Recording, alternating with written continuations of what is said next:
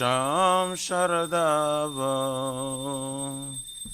Nalalidalokam Tranaya Karuna Gana Ganatam Sham Sharadava Nalalidalokam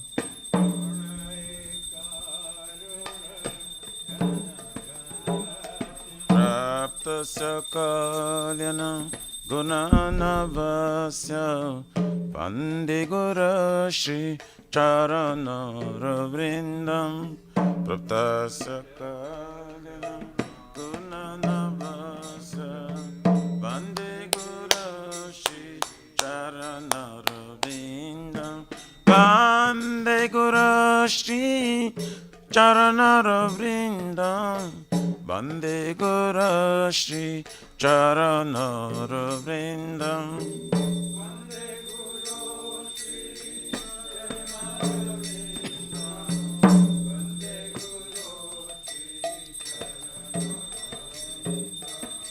Mahaprabhu Kirtana Nritya Gita Vaditra Madhyam Manasura Sena Mahaprabhu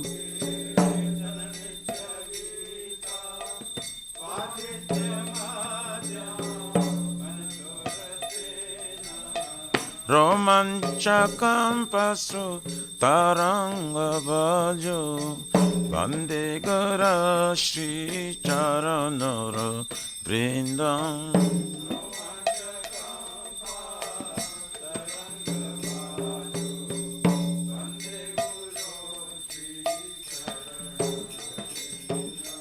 Shri Vigrahara Dana Nityanana Shringara Tanama Dhiramarjanado Shri Vigrahara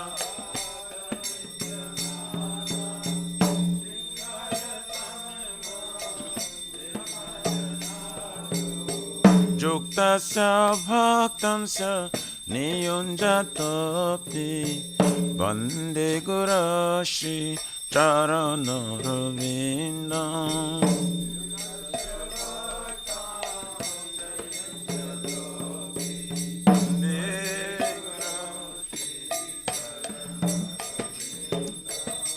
Chaturvedha Shri Bhagavat Prasada Svatana Triptan Hari Bhakta Sangha Chaturvedha Shri Bhagavat Prasada Svatana Triptan Kridvaiva Tripte Bhajata Shadeva Vande Guru Shri Charanara Vrindam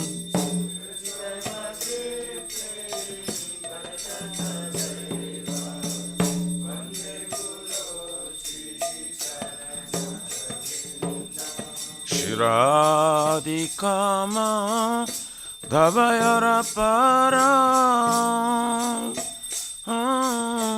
Madhura Lila Gunarupa Namna Shiradikama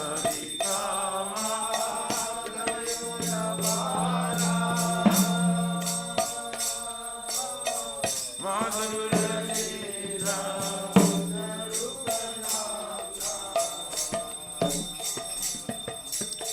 Pratikshana Swa Dhanalopasya Vande Guru Shri Charanara Vrindam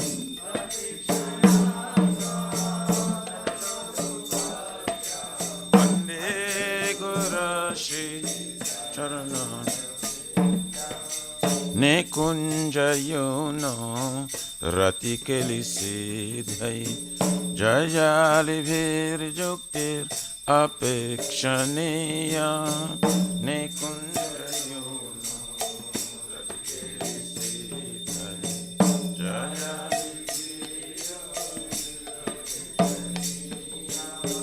Tatratidaksha Ativalavasya Vande Gurashi Charanaravrindam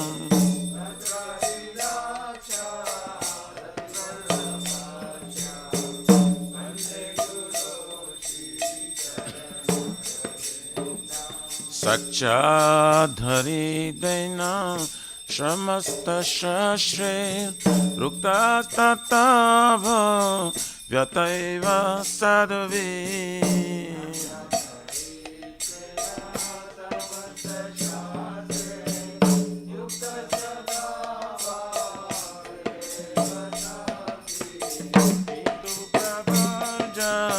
Priya Tasya Vande Gurashi Charanaravrindam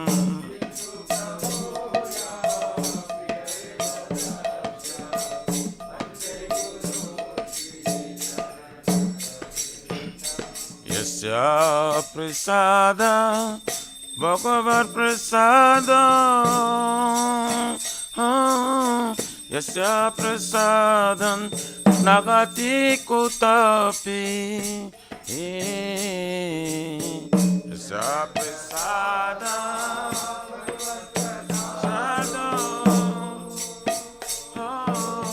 Yasya Prasada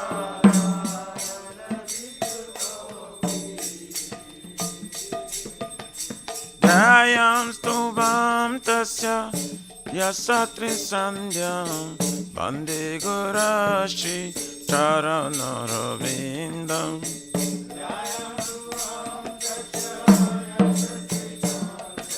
Vande Gurashi Charanaravrindam Nama Om Vishnu Padaya Krishna Prashtaya Bhutale Srimate Bhakti Vedanta Swami Nitina Mine Nama Om Vishnu Krishna Prasthaya Srimate Bhakti Vedanta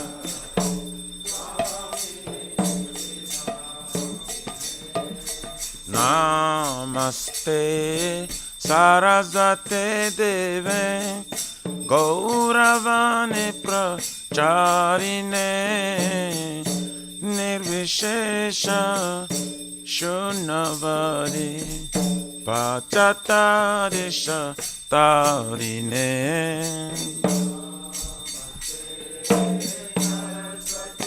Deve Gauravane Nirvishesha Shunnavari Pachatarisha Jaya Shri Krishna Chaitanya Prabhu Nityananda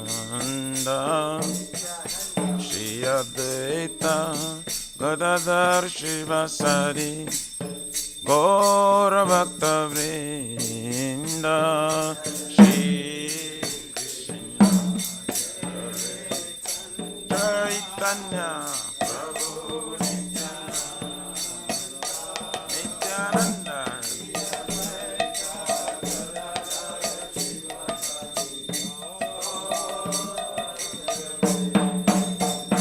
Jaya Shri Krishna Chaitanya Prabhu Nityananda Shri Advaita Gadadhara Shivasari Gaura Bhakta Vrinda Shri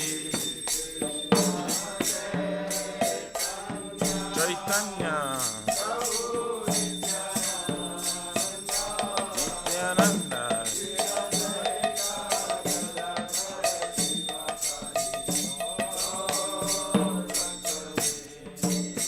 Jaya Shri Krishna Chaitanya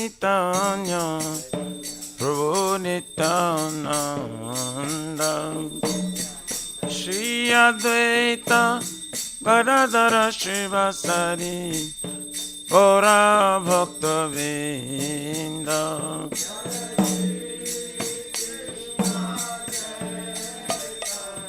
Chaitanya Nityananda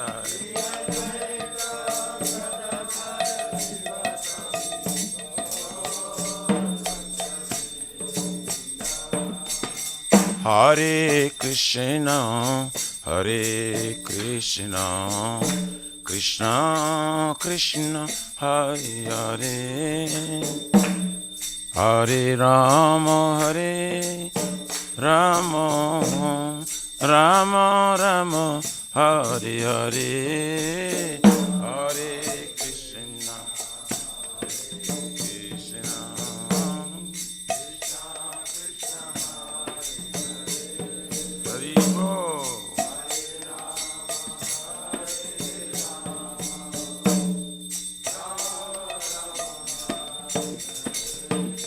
Hare Krishna, Hare Krishna, Krishna Krishna, Hare Hare, Hare Rama, Hare Rama, Rama Rama, Hare Hare, Hare Krishna, Hare Krishna, Krishna Krishna,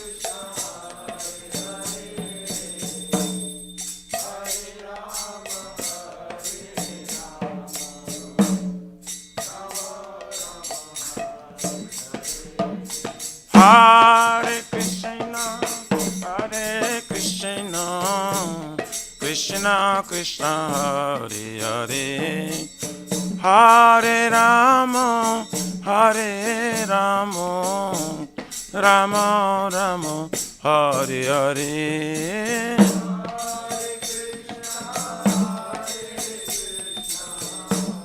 Krishna Krishna, Hare Hare, Hare Rama, Rama, Hare Krishna, Hare Krishna, Krishna Krishna, Hare Hare, Hare Rama, Hare Rama, Rama Rama, Hare Hare, Hare Krishna, Hare Krishna,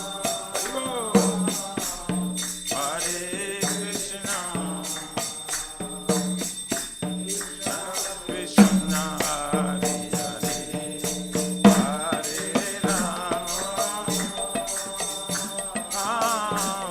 Hare Rama, Hare Nama Krishna, Jadavaye Nama Hare Jadavaye Madhavaya Kesavaye Namaha. Gopal Govindaram Shimadhusudan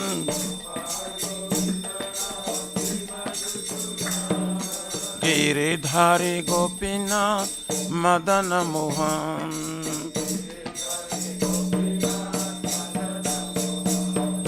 Shri Chaitanya Nityananda Shri Advaita Sita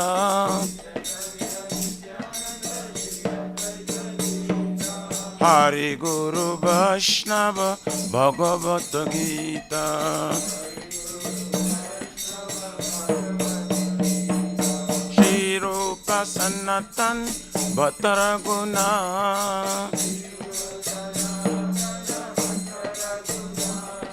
Shri Jiva Gopala Bhatta Dasaraguna Hare Krishna, Krishna Krishna Krishna, Hare Hare, Hare Rama, Hare Rama, Rama Rama, Hare Hare, Hare Krishna, Hare Krishna, Krishna Krishna, Hare Go, Hare Rama.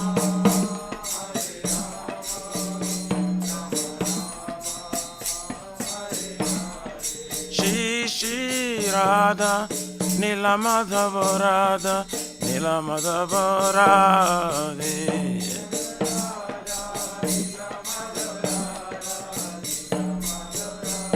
Nitai Gaura Haribo, Haribo, Haribo, Nitai Gaura Haribo, Haribo.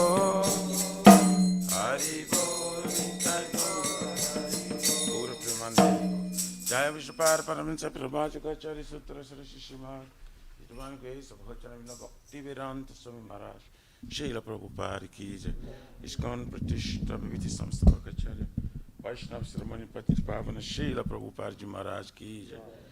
Shri Gauri गुरु वर्गापति उद्धार की जय। श्री रूप सनातन भद्र गुनाथ श्री गोपाल भद्र दास गुण संतोष स्वामी प्रभु की जय। नाम आचार्य शील हरिदास ठाकुर जी जयंत कुट वैष्णव वृंद की जय। प्रेम से कहो श्री कृष्ण चैतन्य प्रभु नित्यानंद श्री अद्वैत गदाधर शिव श्री गौर भक्त वृंद की जय।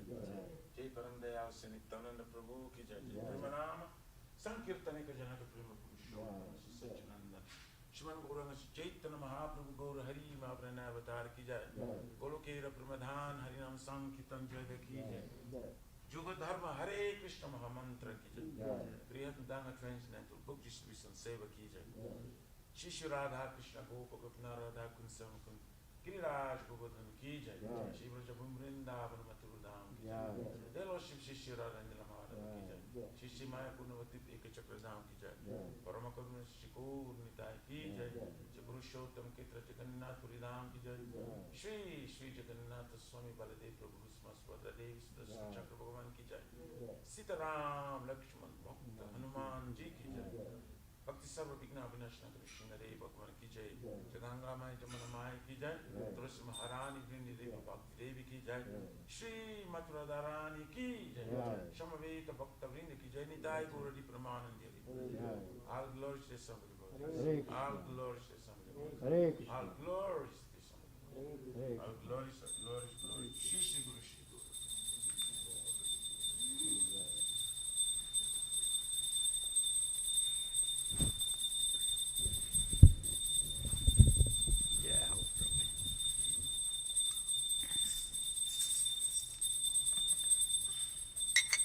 Namaste Narasimhaya.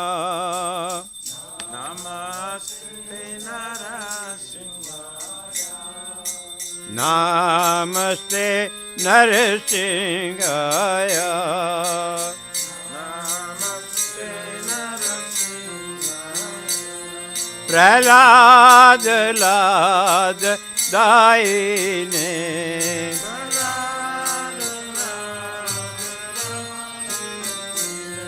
Hiranyakashi Purvasaha.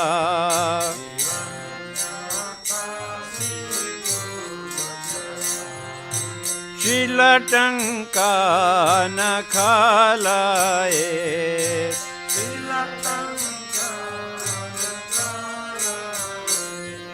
Ito Narsinga Parato Narsinga.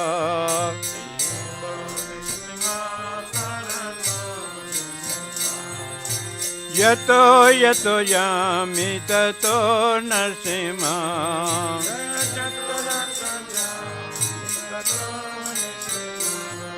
Vahe Narsimha Hirdaye Narsimha.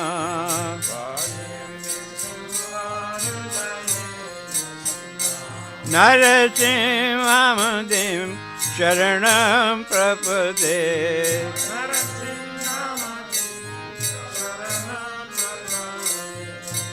तव कर कमल वरे नाकाम अद्भुत श्रृंगार दलिता हिरण्यकशिपु तनुभृंगा केशवधीरता नरहरि रूपा जय जगदीश हरे जय जगदीश हरे जय जगदीश हरे तव कर कमल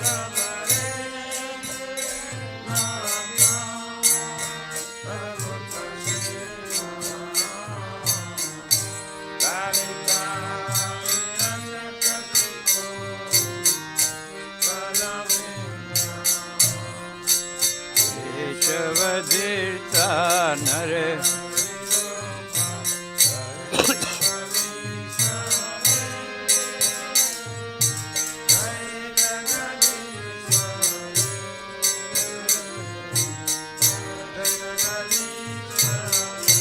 जय नरसिंह देव जय नरसिंह देव जय नरसिंह देव जय नरसिंह देव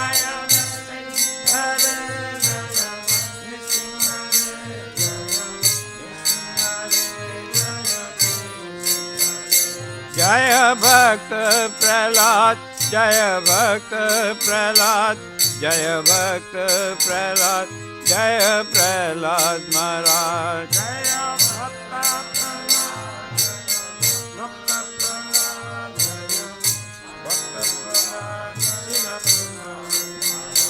जय जय प्रभुपाद प्रभुपाद प्रभुपाद प्रभुपाद प्रभुपाद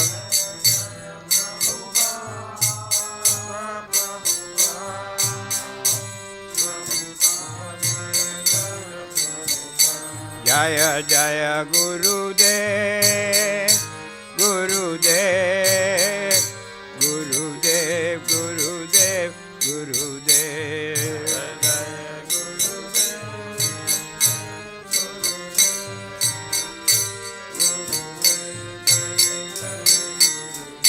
बोल नरसिंह भगवान की जय भक्त प्रहलाद की जय प्रभुपाद महाराज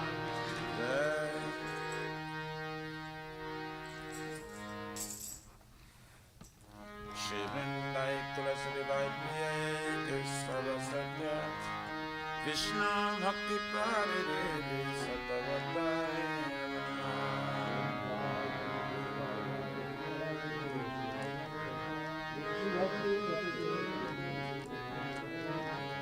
वृंदाई तुलसी देवाय प्रिय केशव सत्य कृष्ण भक्ति प्रारे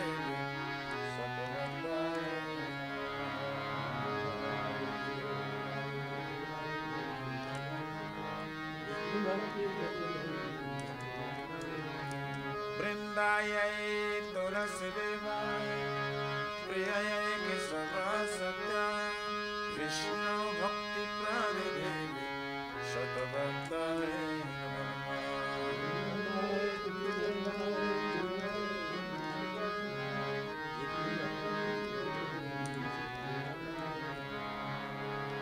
श्रीमती तुलसी महाराज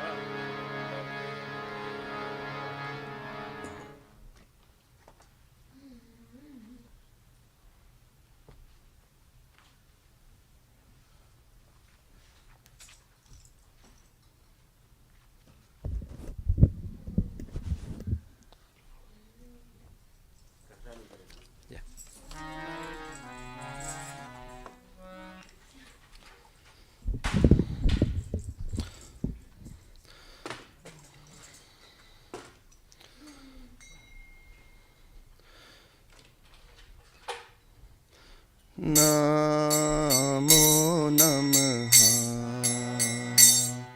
तुलसी कृष्ण प्रेयसी नमो नमः तुलसी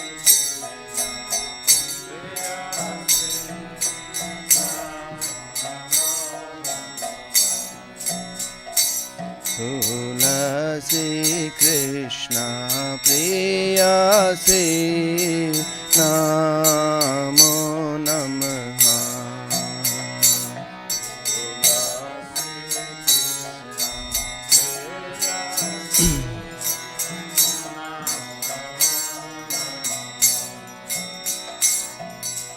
राधा कृष्ण सेवा पाओ ऐ अभिलाषी।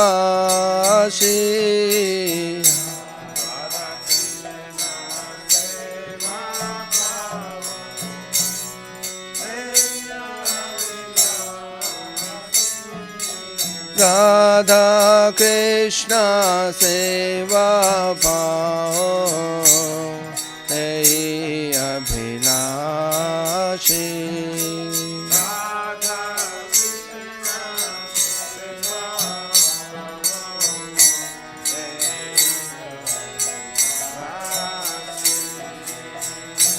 जे तमारा शरण लो तारा वंशा पूर्ण हो।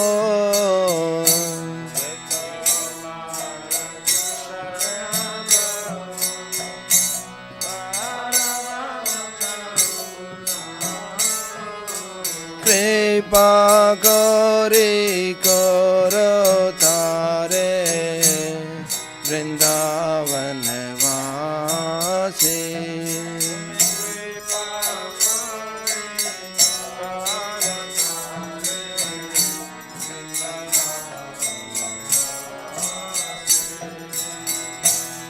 मोरा विलास कुंज दियो वा।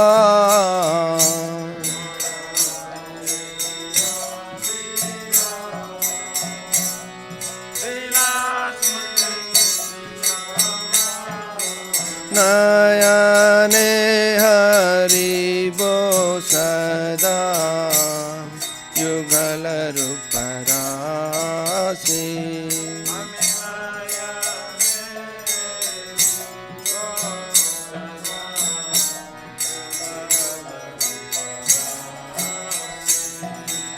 এই নিবেদন ধরো সখের অনুগত করো।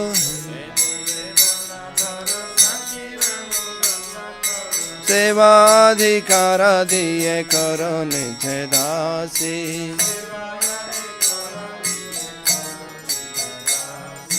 दीना कृष्ण दासे कोई ऐ जिना मोरा होए।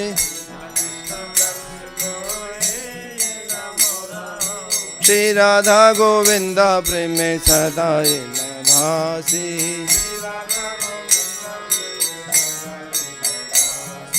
श्री राधा गोविंदा प्रेम सदा न भासी।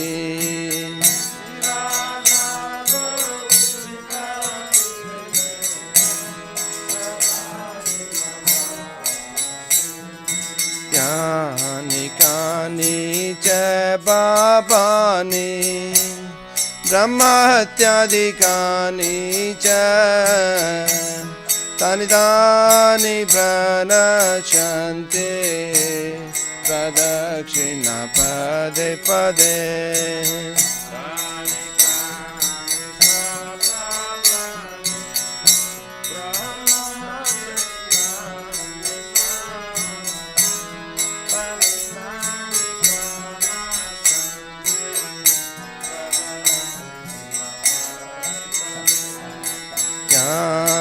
कानि च पापानि ब्रह्म हत्यादिकानि च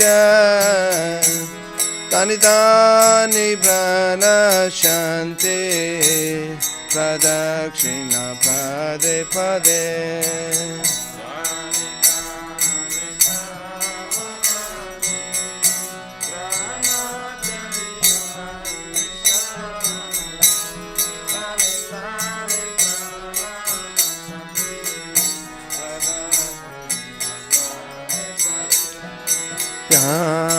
कानि च पापानि ब्रह्महत्यादिकानि च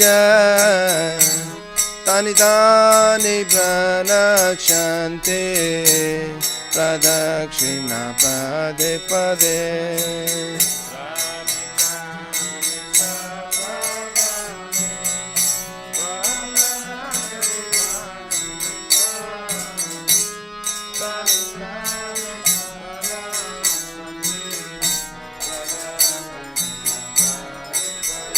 Hare Krishna, Krishna Krishna, Hare Hare, Hare Rama, Rama Rama, Hare Hare.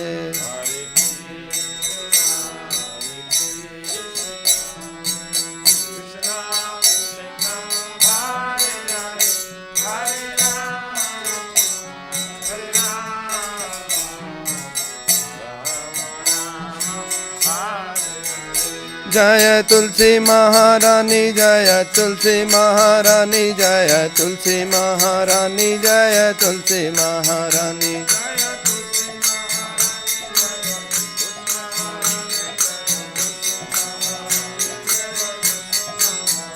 Jaya Vrinda Devi, Jaya Vrinda Devi, Jaya Vrinda Devi, Jaya Vrinda Devi.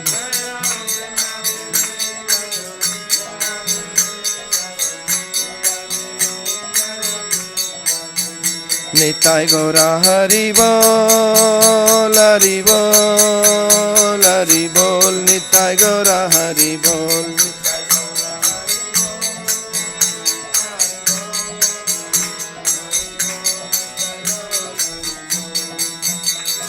Shri Tulsi Maharani ki jai.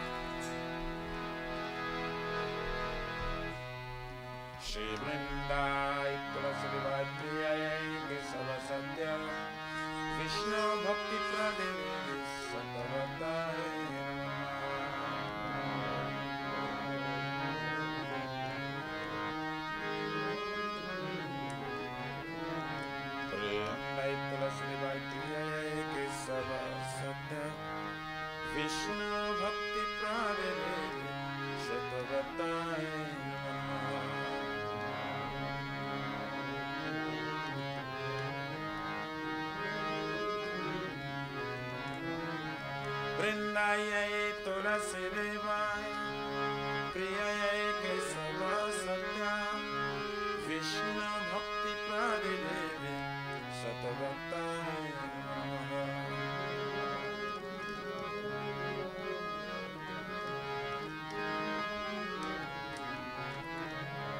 Yashmati tulasi maharani vrindadevi jai.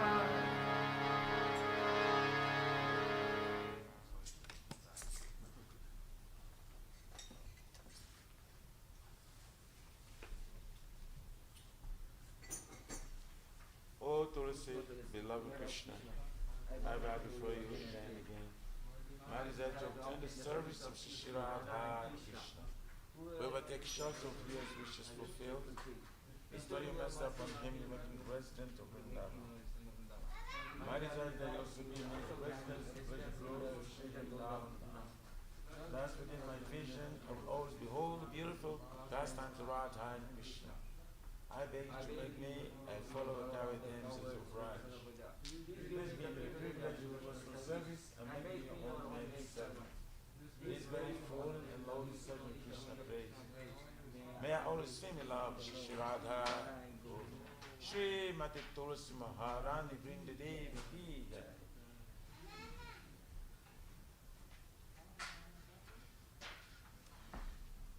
Shri Chaitanya Mahaprabhu Sikhastakam ki jai.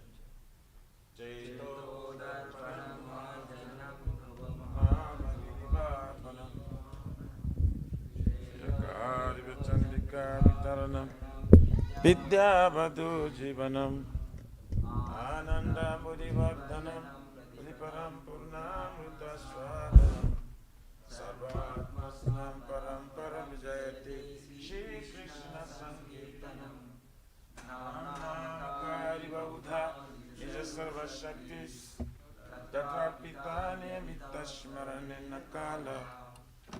Tadrishitava Kripaya Bhagavan Mamapi Durdhaiva Shamyajani Nanuragaha Trinarapi Sunichena Tarorapi Saishnana Amani Namana Dena Kitanya Sarahari Nadanam Nadanam Sundari Kavitamba Jagari Shakamai Mamajanmani Namanishari Bhavatar Bhakti Rahaitu Kitwai Ainandatan Kinkaram Ridama Visame Bhavam Buddho Kripaya Tava Par Pankaja Sitaduli Sadrisham Vichintaya Nayanam Gavashudhaya Vadanam Gadadaya Vira Ulakai Chitam Vapu Kada Tavanamagami Bhavisati Jugaitam Nivishena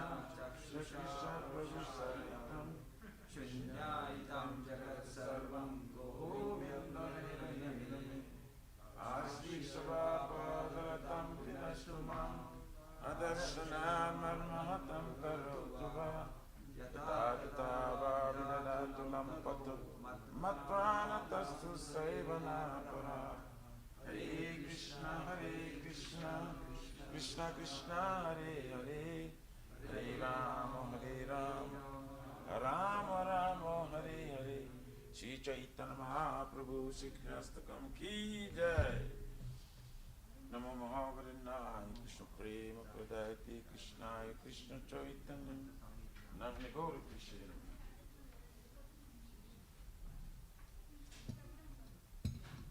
Glory to the Shri Krishna Sankirtana, which cleanses the heart of all the dust accumulated for years, and extinguishes the fire of conditional life of repeated birth and death. This Sankirtan moment is the prime benediction for humanity at large, because it spreads the rays of the benediction moon. It is the life of all transcendental knowledge. It increases the ocean of transcendental bliss and enables us to fully test the nectar for which we're always anxious. O my Lord, your holy name alone can render all benediction to living beings, and thus you have hundreds and millions of names like Krishna and Govinda. In these transcendental names, you have invested your transcendental energies. There are no hard and fast rules for chanting these names. O my Lord, out of kindness, you enable us to easily approach you by holy names, but I'm so unfortunate that I have no attraction for them.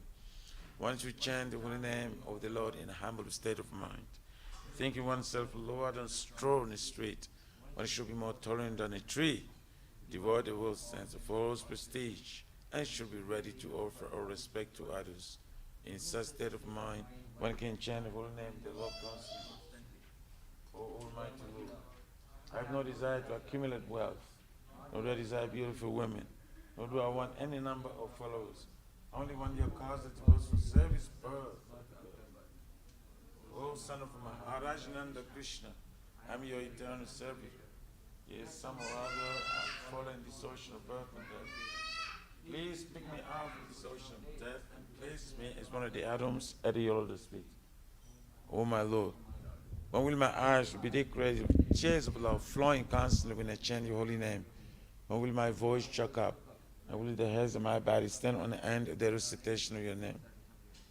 O Govinda, feeling your separation, I am considering a moment to be like 12 years or more. Tears are flowing from my eyes like torrents of rain, and I feel all vacant in the world in your absence. I know no one but Krishna as my Lord, and he should remain so. If his son is smartly by his embrace, or makes me broken-hearted by not being present before me, he is completely free to do anything and everything, for he is always my worshipful Lord, unconditionally. Shri Chaitanya Mahaprabhu Shri Krastakam Ki Jai.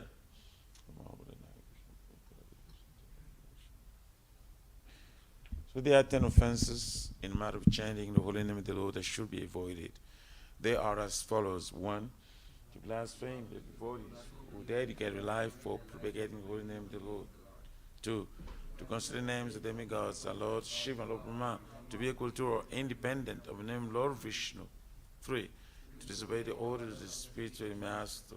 4, to blaspheme the Vedic literature or literatures and pursuits of Vedic version. 5, to consider the glories of chanting Hare Krishna to be imagination. 6. To give some interpretation on the holy name of the Lord. 7. To commit sinful activities on strength of chanting the holy name of the Lord. 8.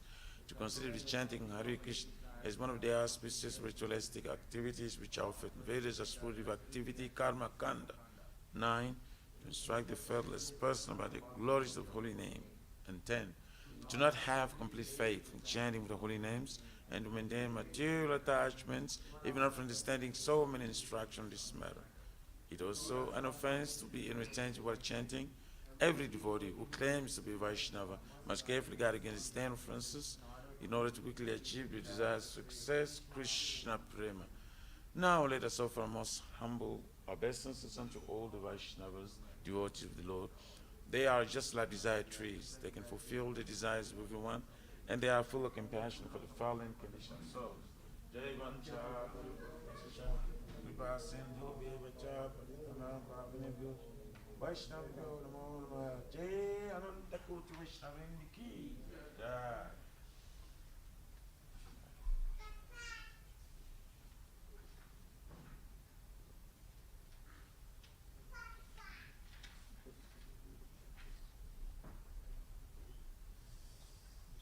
Shri Guru Vandana Ki Jai.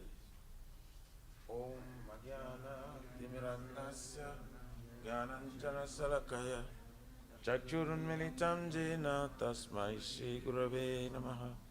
Shri Chaitanya Manobhistam Stapitam Jena Bhutale Swayam Rupa Kadamayam Darati Sapadantikam Vandeham Shri Guru Shri Jotapadakamam Shri Gurun Vaishnavam Cha Shri Rupam Sagrajatam Sahagana Raghunatha Vintam Tam Sajivam Sadvaitam Savadutam Parijana Sahitam Krishna Chaitanya Devam Shri Radha Krishna Padan Sahagana Lalita Shri Vishakam Vitam Cha Nama Om Vishnu Padayo Krishna Prishtaya Bhutale Shrimate Bhakti Vedanta Swaminiti Namine Namaste Saraswati Devim Gauravani Pracharine Nirvishesha Sunnavadi Pasatyari Shatarine Nama Om Vishnu Padayo Krishna Prishtaya Bhutale Shrimate Bhakti Siddhanta Saraswati Iti Namine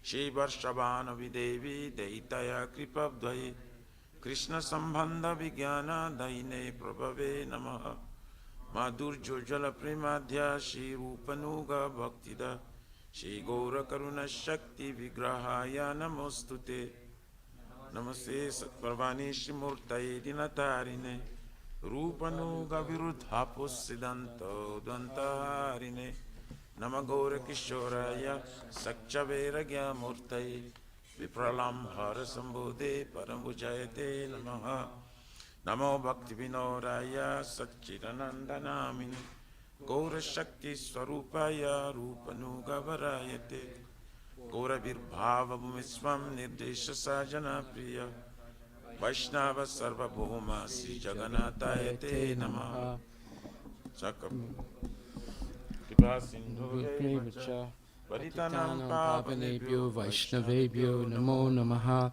Namo Mahavadanyaya Krishna Premapadayate Krishna Krishna Chaitanya Namne Guru Chuse Namaha Panchatattvatmakam Krishnam Bhakta Rupa Swarupakam Bhakta Avataram Bhaktakam Namami Bhakta Saktikam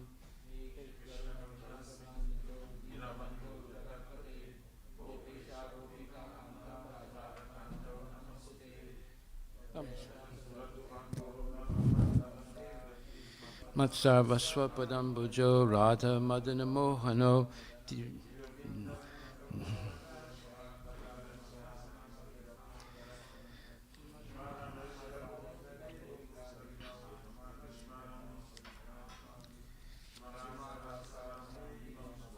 Tatastita Karsan Venuswanir Gopir Gopinatak Striyestuna Tapta Kanchana Gorangi Radhe Vrindavaneswari Rishabhanustute Devi Pranamami Hari Priye Jaya Shri Krishna Chaitanya Prabhu Nityananda Shri Advaita Gadadhar Shivasadi Gaur Bhaktivindam Hare Krishna, Krishna Krishna, Hare Hare, Hare Rama, Rama Rama, Hare Hare.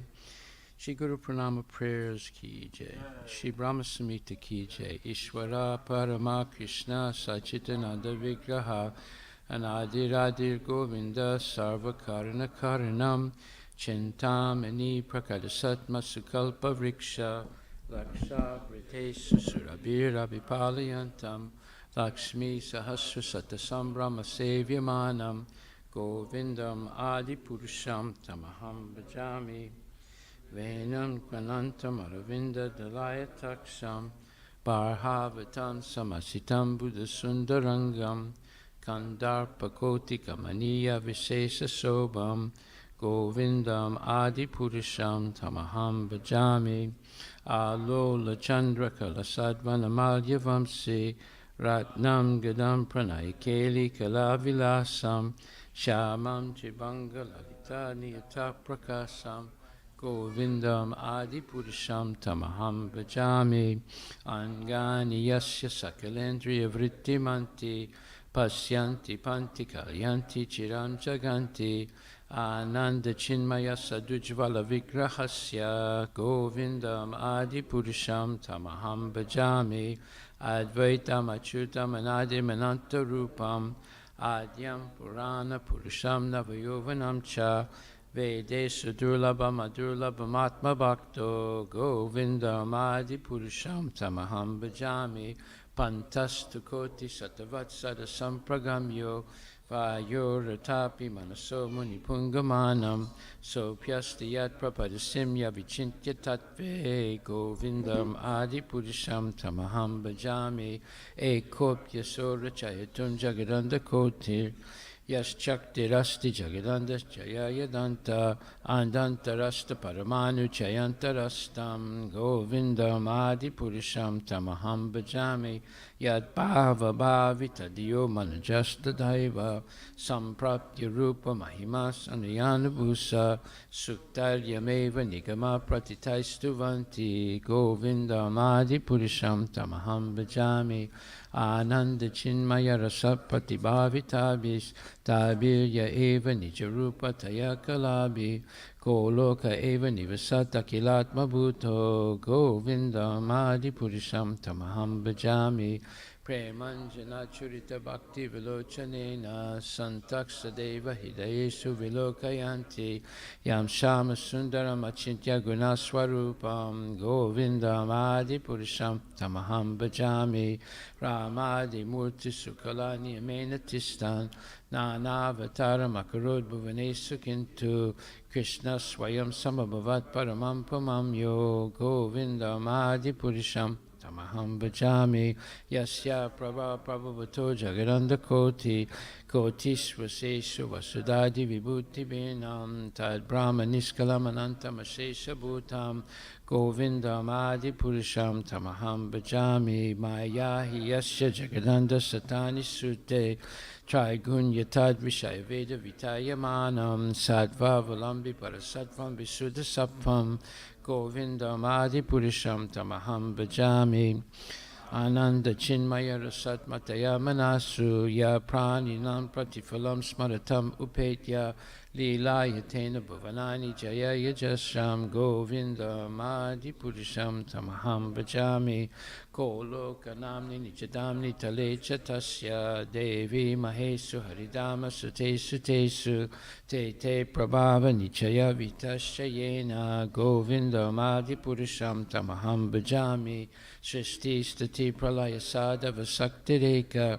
Chayeva Yasya Bhuvanani Vibharti Durga Ichanu Rupam Apyasya Chachestate Sa Govindam Adi Purusham Tamaham Bhajami Shiram Yata Dadi Vikara Vishesha Yoga Sanjayate Nahitata Pritakasti Hetu Yasambhutam Apitata Samapaiti Karyat Govindam Adi Purusham Tamaham Bhajami Deepachar Eva Hita Santanam Abhyapetya Deepayate Vivita Hetu Samana Dharma Yastadrikeva hicha Vishnu taya vibhati Govindamadi Purusham tamaham bhajami Yakarna narna valjale bhajati sma yoga Nidram ananta jagadanda sarumakupa Adhara shaktim avalambya param smamurtim Govindamadi Purusham tamaham bhajami Yasyaika nisvasita kalamatavalambya Jivanti Loma Villaja Jagadandanata Vishnur Mahansahi Yasya Kalavishiso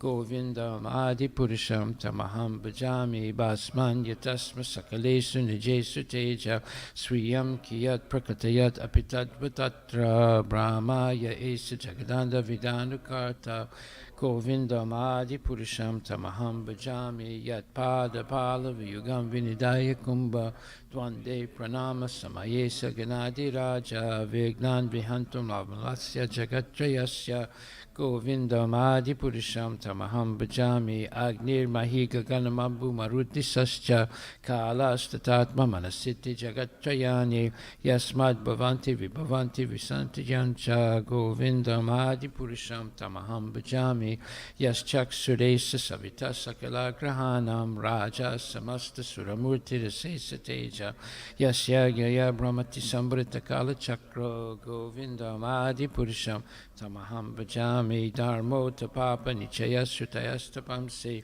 Brahma Dikita Patagava Dayasta Jivaha Yadata Matra Vibhava Prakapla Prabhava Govindam Adi Purusham Tamaham Bhajami Go Brahma Tavendra Mahosva Karma Bandhan Rupa Falabhajan Amatanoti Karmani Nirdahati Kintu Chabakti Bhajam Govindam Adi Purusham Tamaham Bhajami Yam Krodha Kama Sahaja Pranayadi Bitti Vatsalya Moha Guragora Visevya Bhavai Sanchintya Tasya Sadrisim Tanamapurete Govindam Adi Purusham Tamaham Bhajami Shriya Kanta Parama Purusha Kalpataravo Juma Bhumish Chintamani Ganamayi Toyam Amritam Kata Ganam Natyam Gamanam Apivam Sipriya Saki Chidanandam Jyoti Param Apitata Swadyam Apicha Sayatra Siradi Bihi Shravati Sirabi Vyascha Sumahan Nime Sardakyo Vavrajati Nahiyatra Pisamaya Bhaje Svita Dvibam Tamaham Iha Golokam Itiyam Vidantas Te Santakshiti Viralachara Katipaye Ishvara Parama Krishna Sachitananda Vigraha Anadi Radhi Govinda Sarva Karana Karanam Shri Brahma Samhita Ki Jai Shri Guru Pranam, Shri Guru Vastika prayers ki jai. The spiritual master is receiving benediction from the ocean of mercy. Just as a cloud pours water on a forest fire to extinguish it, so the spiritual master delivers the materially afflicted world by extinguishing the blazing fire of material existence. I offer my respectful obeisance unto lotus feet of such a spiritual master who is an ocean of auspicious qualities. Chanting the holy name, dancing in ecstasy, singing and playing musical instruments, the spiritual master is always gladdened by the Sankirtan movement of Lord Chaitanya Mahaprabhu. Because he is relishing the mellows of pure devotion within his mind, sometimes his hair stands on end, he feels quivering in his body, and tears flow from his eyes like waves. I offer my respectful obeisances unto the lotus feet of such a spiritual master. The spiritual master is always engaged in the temple worship of Shri Shri Radha and Krishna. He also engages his disciples in such worship. They dress the deities in beautiful clothes and ornaments, clean their temple, and perform other similar worship of the Lord. I offer my respectful obeisances unto the lotus feet of such a spiritual master. The spiritual master is always offering Krishna 4 kinds of delicious food, analyzed as that which is licked, chewed, drunk, and sucked. When the spiritual master sees that the devotees are satisfied by eating Bhagavad Prasada, he is satisfied. I offer my unto the lotus feet of such a spiritual master. The spiritual master is always eager to hear and chant about the unlimited conjugal pastimes of Radhika and Madhava and their qualities, names, and forms. The spiritual master aspires to relish these at every moment. I offer my respectful obeisances unto the lotus feet of such a spiritual master. The spiritual master is very dear because he is expert at assisting the gopis who at different times make different tasteful arrangements for the perfection of Radha and Krishna's conjugal loving affairs within the groves of Vrindavana. I offer my most humble obeisances unto the lotus feet of such a spiritual master. The spiritual master is to be honored as much as the Supreme Lord because he is the most confidential servant to the Lord. This is acknowledged in all revealed scriptures and followed by all authorities. Therefore, I offer my respectful obeisances unto the lotus feet of such a spiritual master who is a bona fide representative of Sri Hare Krishna. By the mercy of the spiritual master, one receives the benediction of Krishna. Without the grace of the spiritual master, one cannot make any advancement. Therefore, I should always remember and praise the spiritual master. At least 3 times a day, I should offer my respectful obeisances unto the lotus feet of my spiritual master, Srila Prabhupada Patita Pavana Ki Jai. Srimad Bhagavatam, Canto 2, Chapter 10, verse number 37 to 40.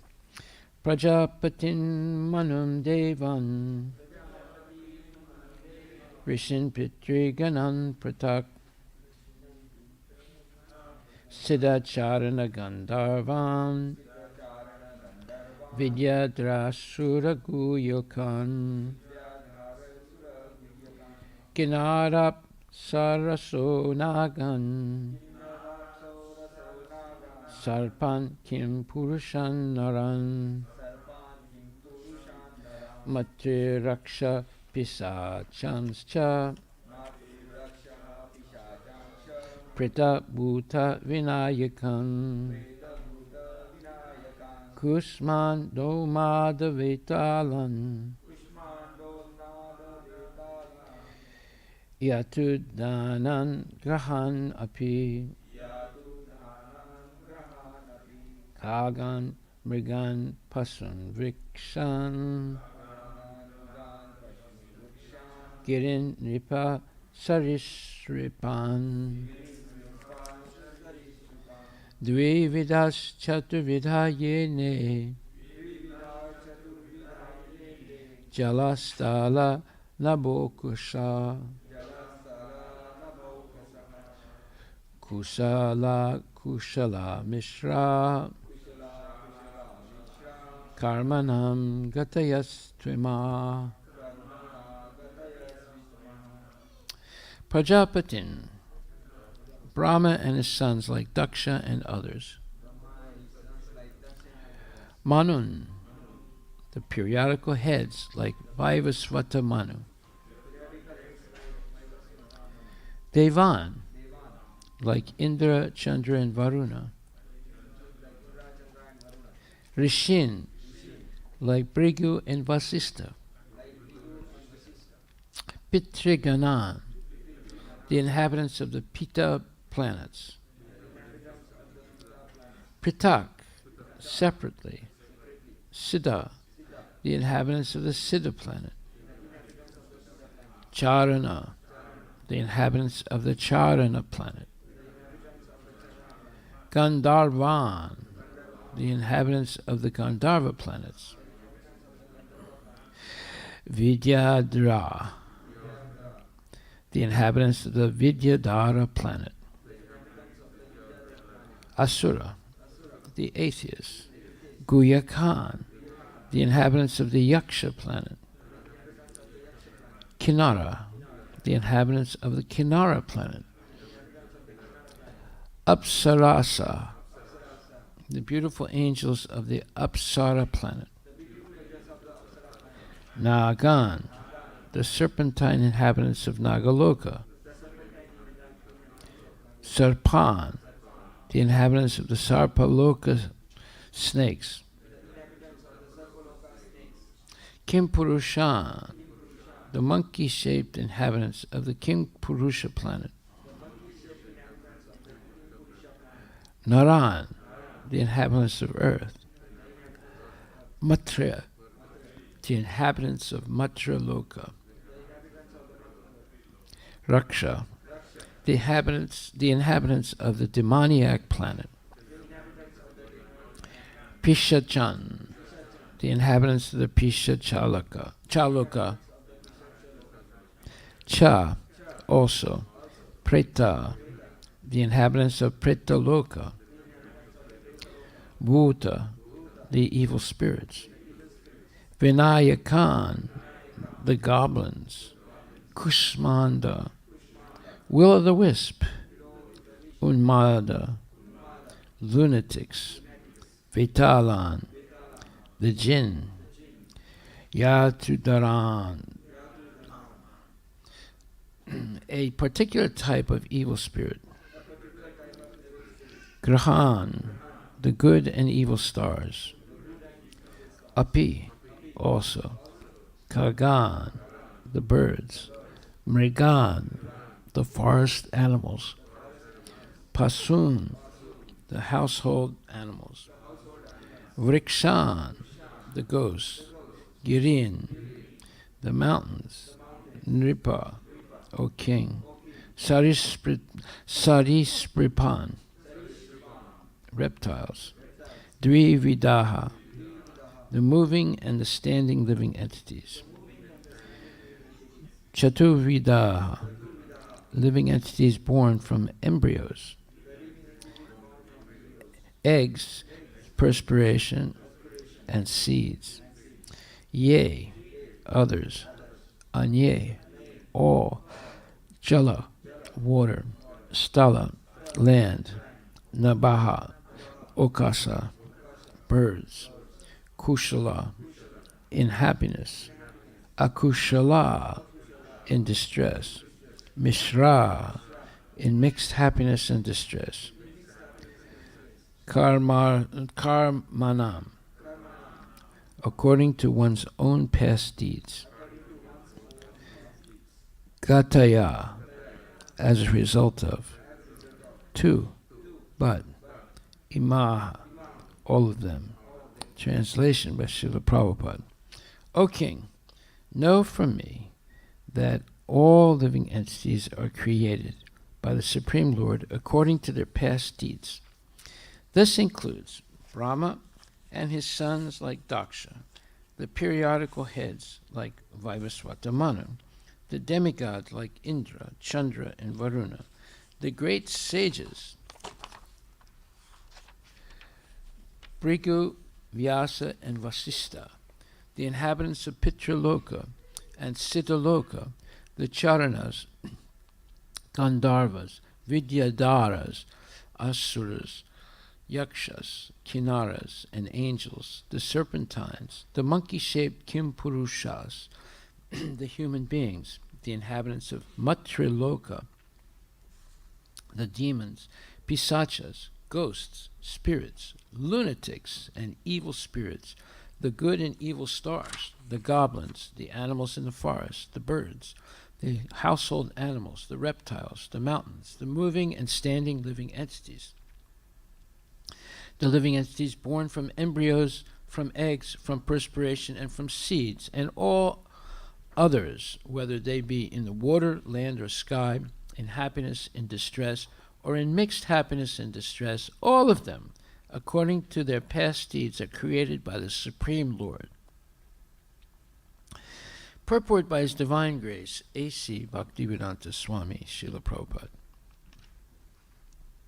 The varieties of living entities are mentioned in this list, and, with no exception from the topmost planet down to the lowest planet of the universe, all of them, in different species of life, are created by the Almighty Father, Vishnu. Therefore, no one is independent of the Supreme Personality of Godhead. In the Bhagavad Gita 14.4, the Lord therefore claims all living entities as His offspring in the following verse. Sarvayoni Sukonteya Murtaya Sambhavanti Ya Tasam Brahma Mahad Yonir Aham Bichapradapita. The material nature is compared to the mother. Although every living being is seen to come out of the mother's body, it is still a fact that the mother is not the ultimate cause of such a birth. It is still a fact the father is the ultimate cause of birth. Without the father's seed, no mother can give birth to a child. Therefore, the living beings in different varieties of forms and positions within the innumerable universes are all born of the seeds of the Almighty Father, the personality of Godhead, and only to the man with a poor fund of knowledge they appear to be born of the material nature. Being under the material energy of the Supreme Lord, all living entities begin from Brahma down to the insignificant ant. And they are manifested in different bodies according to their past deeds. The material nature is one of the energies of the Lord. Bhagavad Gita 7.4. The material nature is inferior in comparison to the living entities, the superior nature. The superior nature and inferior nature of the Lord combine to manifest all universal affairs. Some of the living entities are relatively happy in better conditions of life, whereas others are in distressed conditions of life. But factually, none of them are actually happy in material conditional life. No one can be happy in prison life, although one may be a first-class prisoner and another a third-class prisoner. The intelligent person should not try to be promoted from the third-class prisoner life to first-class prison life, but should try to be released from the prison altogether. One may be promoted to first-class prisoner, but the same first-class prisoner is again degraded to a third-class prisoner in the next term. Okay, the child has to be quiet, or otherwise you have to take him outside the temple room. We can't have any noise that interrupts the class.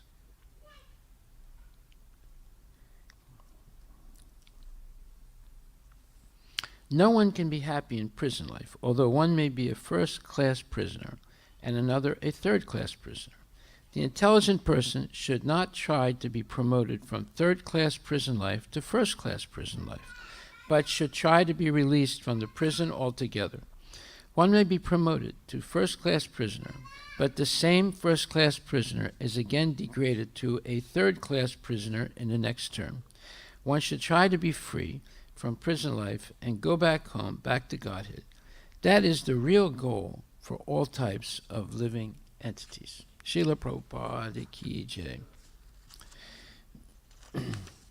O King, know from me that all living entities are created by the Supreme Lord according to their past deeds.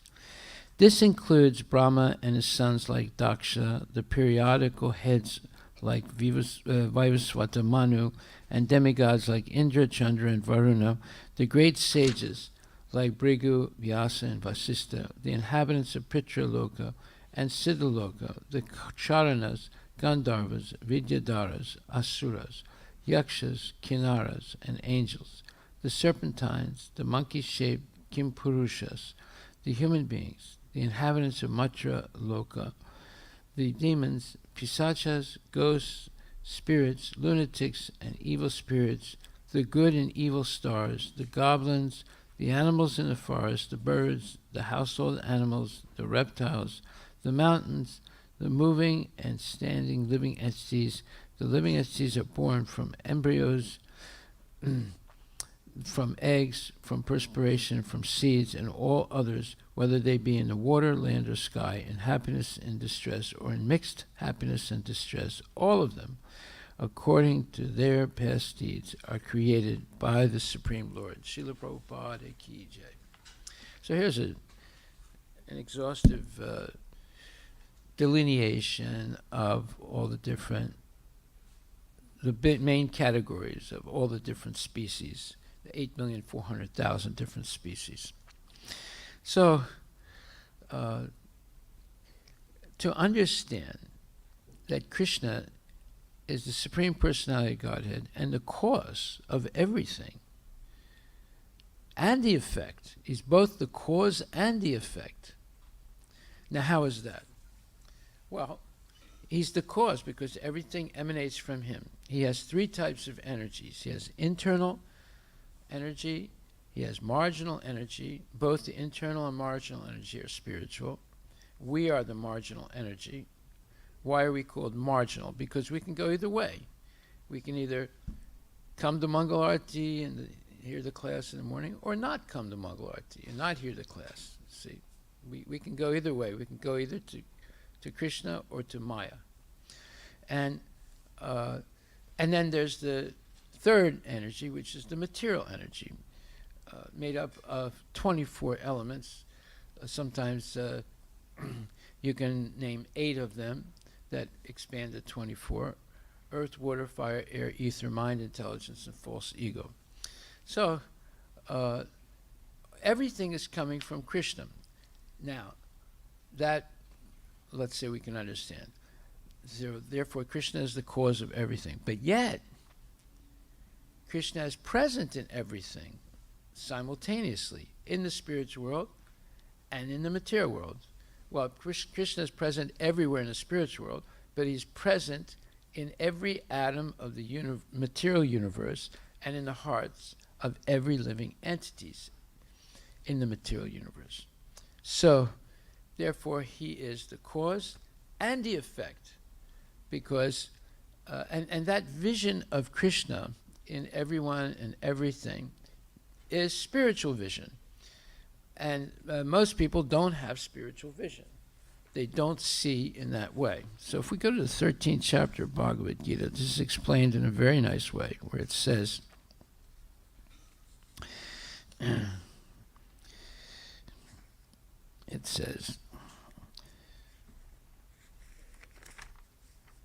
one who can see, when a sensible man ceases to see different identities due to different material bodies, and he sees how beings are expanded everywhere, he attains to the Brahman conception. Those with the vision of eternity can see that the imperishable soul is transcendental, eternal, and beyond the modes of nature. Despite contact with the material body, O Arjuna, the soul neither does anything nor is entangled. Okay, so in other words, the presence of Krishna in everything means that Krishna is the primary, let's say, quality of everything. In other words, there are primary and secondary qualities in mundane philosophy. But they say the primary qualities are what you can measure, and the secondary qualities are things that you perceive, like color. So that can be changing, especially if a person is colorblind, right? However, the real primary quality of everything is Krishna, the Supreme Personality of Godhead. That is seen by devotees. It's not seen by materialists. And because of that, most people are confused about what is the purpose of life. Therefore, it says that upadastana bhartacha, upadastana tanamantracha bhartabhokta maheswara paramatmeti chapayukte dehesmin purushak param. It says, yet in this body there is another, a transcendental enjoyer, who is the Lord, the Supreme Proprietor, who exists as the overseer and the permitter, and who is known as the Supersoul. So, therefore, not only Krishna is present in the body of every living entity, and that means from the microbes and bacteria all the way up to Brahma, but he's also present in every cell of the body, and he's also present in every atom of the universe. So this is incredible, how he can multiply himself into an infinite number of expansions. And this is why things work in nature in a systematic way, because Krishna is present everywhere in the material world as the primary quality of everything. So therefore, he is both the cause and the effect. And a person who can see with this vision of Krishna present in everything becomes civilized. Therefore, if like, for example, let's say there's a teenage girl and she wants to go on a sleepover at a friend's house. A bunch of girls will get together for a sleepover. Well, if the father or mother accompanies the girl wherever she goes, and I asked this question once. I was in a car, and there was a father driving a car, and his daughter was in the back seat. And we were talking about different things. And then I asked the girl a question. I said, how would you feel if your father was with you all the time? And she remained silent for a second. And I asked the question again. I said, well, I would feel weird. That's what she said. Why? Because if my father's, if the father's always with the daughter, or the mother is always with the daughter would feel as if that they're being continually, surveilled, and therefore there are things they might not be able to say or do. Well, is that good or bad? It's actually good. In fact, the other day I was speaking with Rasavati, and she was telling me about her mother and father back in Fiji. And she said that she was always protected by them. And if she would ask them, oh, can I go and visit this person or my friend or something, they would always say no. She was always under the eyes of her mother or father all the time. And she said, I accepted that. She said, I accepted that because I realized that they were trying to protect me. And she did not complain about it. Nowadays, the little kids will complain about that. They don't want to be always under the eye and observation of their parents.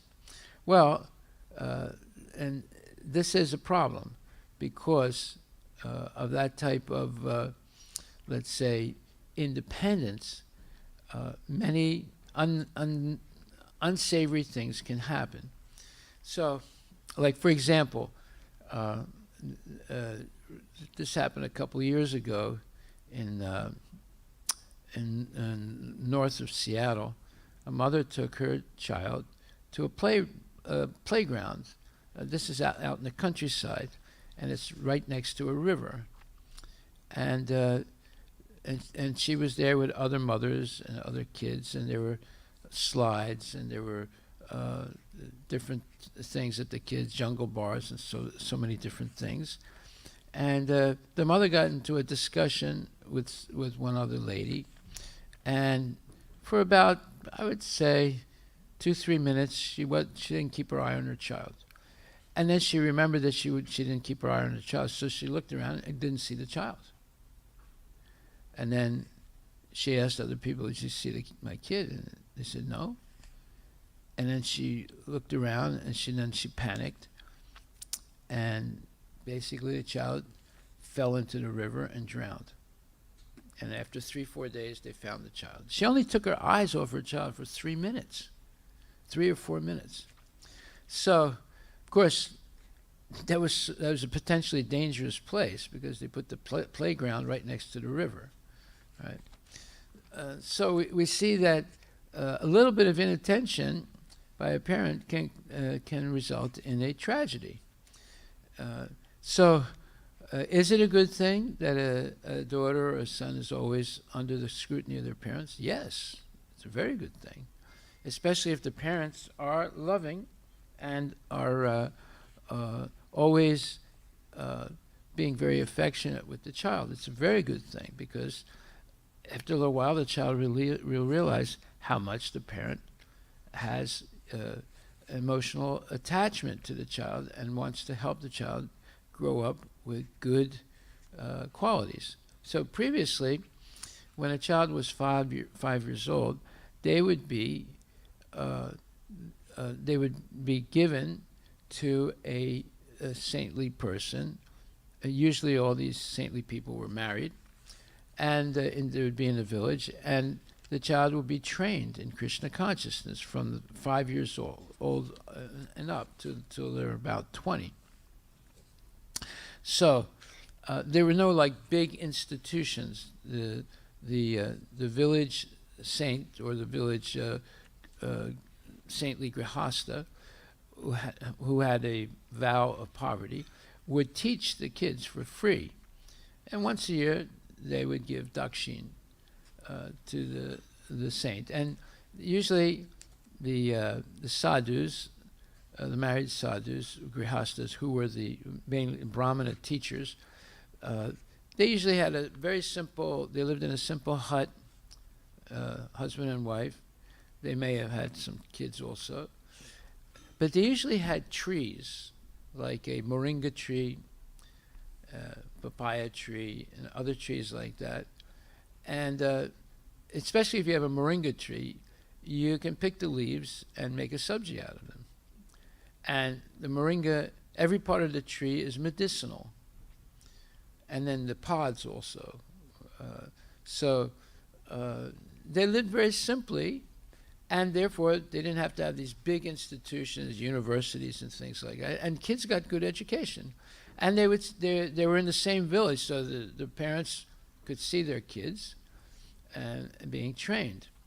And parents could be involved. So even in my language, there's a proverb that says, when a mother takes her child to be educated by the local priest in the village, she says,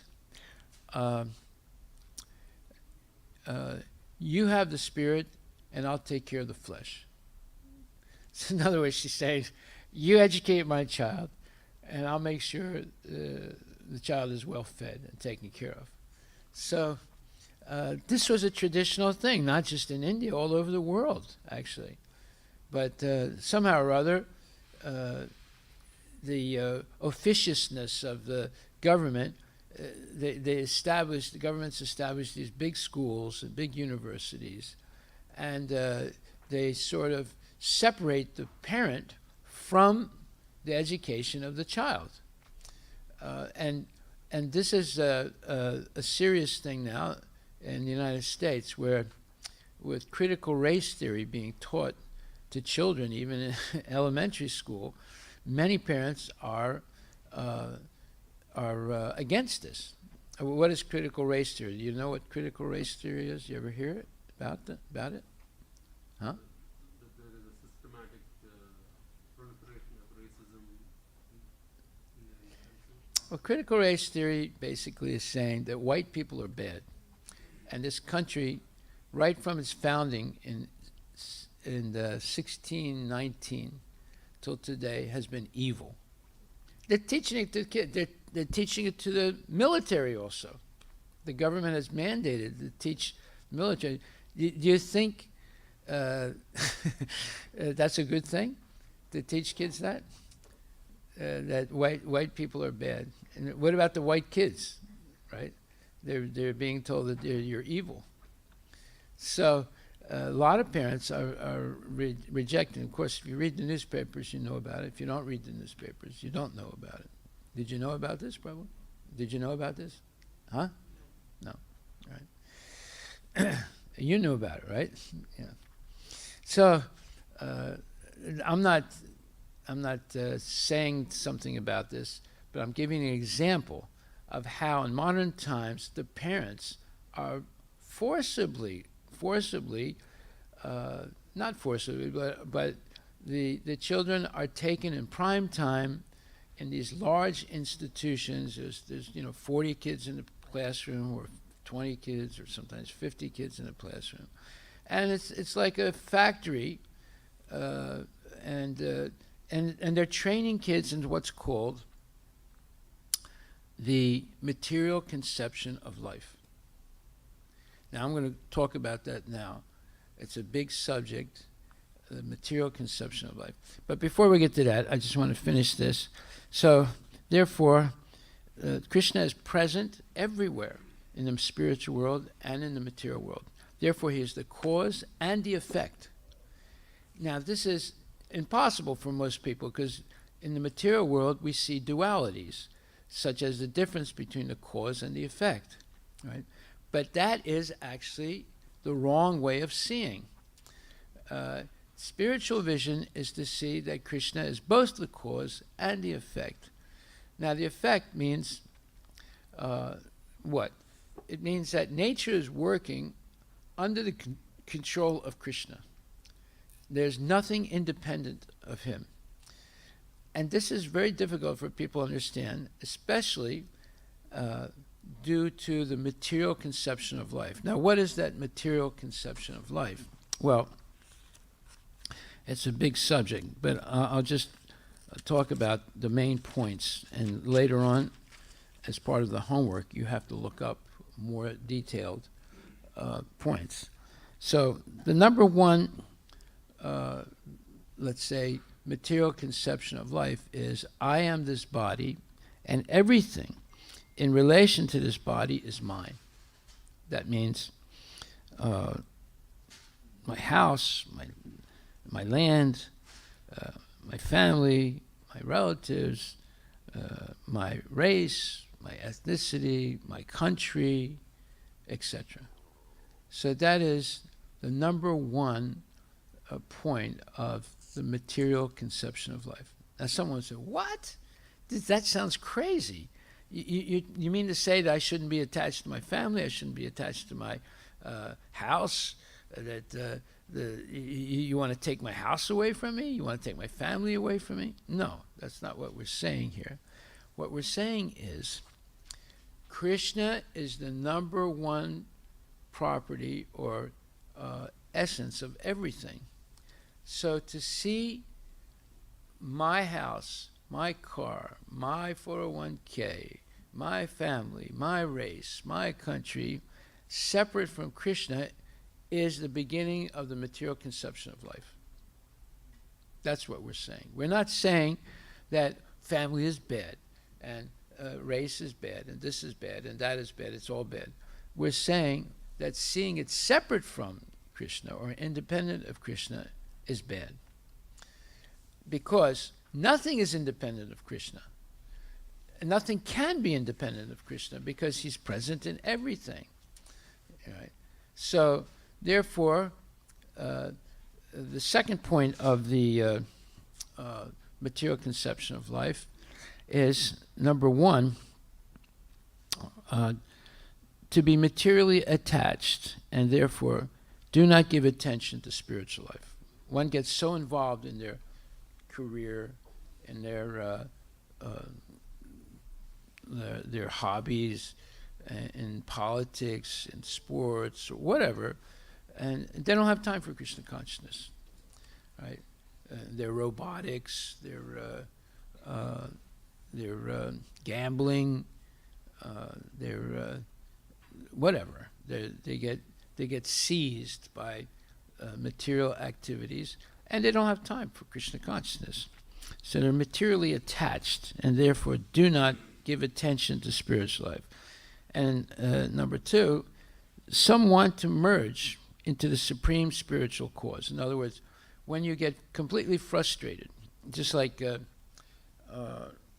so-called Bhagavan Rajneesh got completely frustrated because he became a fugitive. The IRS wanted to arrest him. They seized all his properties and his 99 limousines in this big ashram in Oregon. And he ran away. He ran back to India, to Pune. And then his own disciples, his closest disciples, ripped him off of all his money in the Swiss banks by taking it. So then he changed his name to Osho. You know why he did that? Anybody? He was being prosecuted. What? He was being prosecuted. No. Osho is a Japanese name, and it's indicative of no longer he was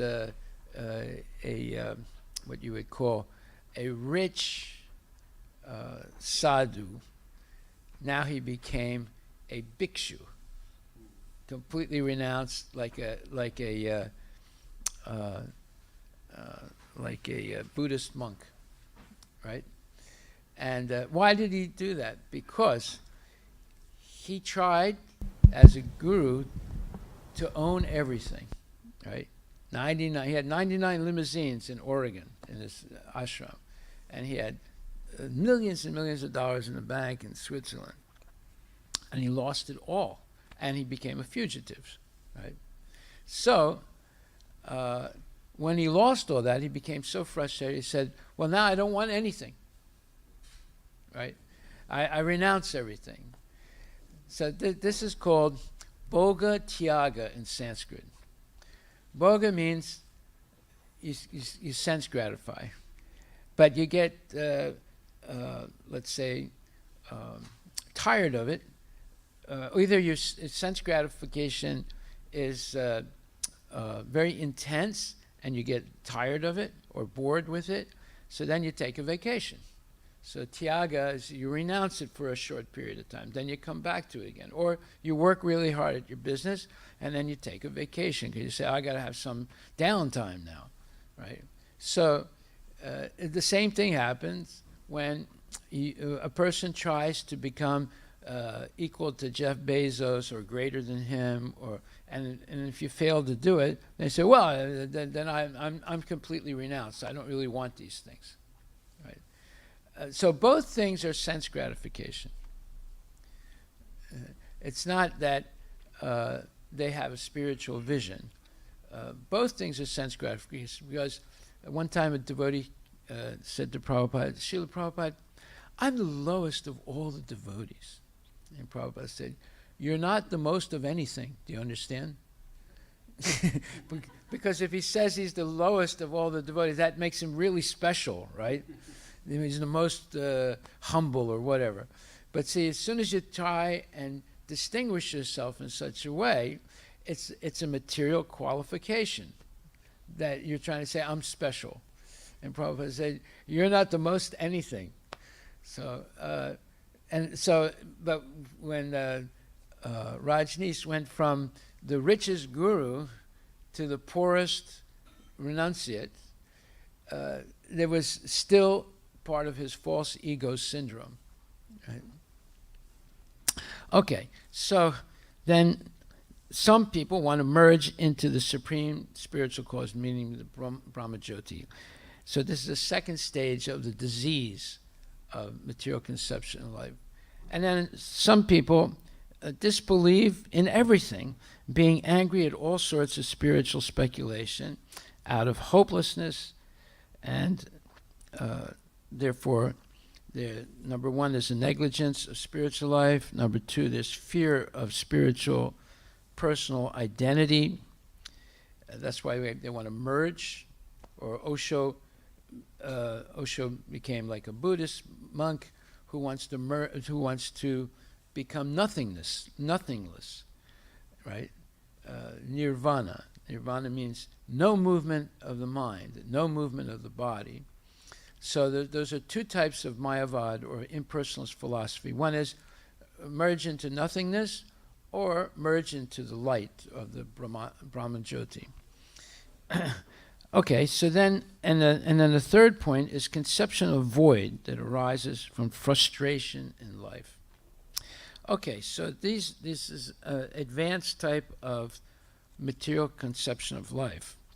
Then further, the synonyms of the material conception of life is false conception of life, bodily conception of life, or loss of intelligence, or a life of intense sense gratification. This is all, let's say, synonymous with the material conception of life.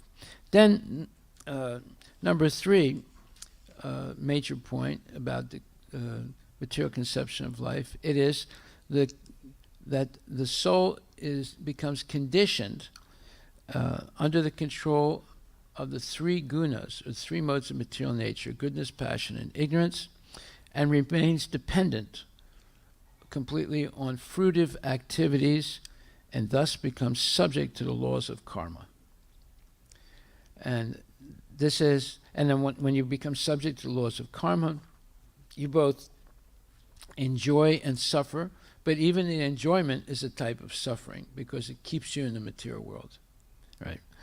So, and then when one becomes subject to the laws of karma, they develop fear of God, or fear of these laws, fear of failure. By the way, failure should not be looked at as as something bad, because failure is the pillar of success. Most people are afraid of failing. Like there's the example of this one Andhra Pradeshi. His name was Raja Ram, something like that. He was an IIT graduate. He went from India to England, and he was working in some type of internet stuff. But he started investing in stocks. And after a couple of years, he built up a $2 million portfolio. Then he thought, let me leave England and go to America where I can make even more money. So he went to America, he went to California in the Sacramento area with his wife and two sons, I think. And then he learned about buying on margin. You know what that is? Buying margin means if you buy a stock, you don't have to put 100%, you don't have to pay for it with 100%. You can pay only 5%. And the brokers who sell you the stocks, they let you do that. And with the idea that the stock is going to go up in the future, right? So he started buying on the margin, only putting up 5%, and for a long time his portfolio went up. The stock market was going up, but there's a law in material nature: whatever goes up comes down. Also, law of gravity. So when there was a crash, and it was a severe crash, I think it was 2008, very severe crash, then he got it was like a Friday night, he got a call from his broker and said, Raj, he said, you are now, you went from $5 million to minus $1 million. You have to pay up right away. He had bought, so many stocks on margin, right? So, and the stock market crashed, so he had to pay that margin, the 95% that he didn't give on the stocks that he bought.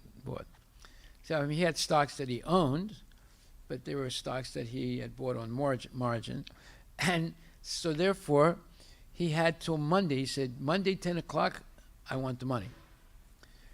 And he freaked out. And before Monday, he did what's called an honor killing. I don't know what's honorable about it. He killed his wife and 2 kids, and then he killed himself. Now, let's analyze Rajaram.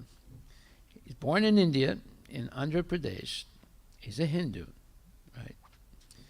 And he was educated in the Indian schools, and he went to the most prestigious school, IIT, and he graduated with a very good, record, and then he became very successful materially, and then he came to America and became even more successful, and then he lost everything.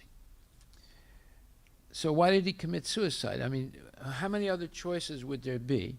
Well, he could have borrowed some money and gone back to India with his family. But why did he kill his kids and kill himself? Because he had zero spiritual understanding. Although he's born in India, although he is a Hindu, right? He had absolutely zero spiritual understanding. Everything in his life was based on money and material success, and basically what you call the material conception of life. Therefore, he did not see any other alternative than an honor killing. What's honorable about killing your own children and your own wife? What did they do wrong to deserve to be killed, right? So in other words, that was the last thing he possessed, right? Because he was going to lose his car, he was going to lose his house, he was going to lose everything. So he kills his wife and kids also, because that he owns those things, those people, right? You see how dangerous it is to be completely devoid of any spiritual understanding. You come up with these conclusions that are completely crazy, right? And in other words, he had no spiritual understanding at all. He wasn't interested in it. He was interested in becoming materially successful. But what goes up can come down also. And therefore, we should not be afraid of failure. Failure is the pillar of success if you learn lessons from it. If you continue to make the same mistakes over and over again, then you're an idiot. But if you learn lessons from the mistakes that you make and the failures that you have in your life, it's better than paying $60,000 a year to go to Harvard University or MIT or Stanford University.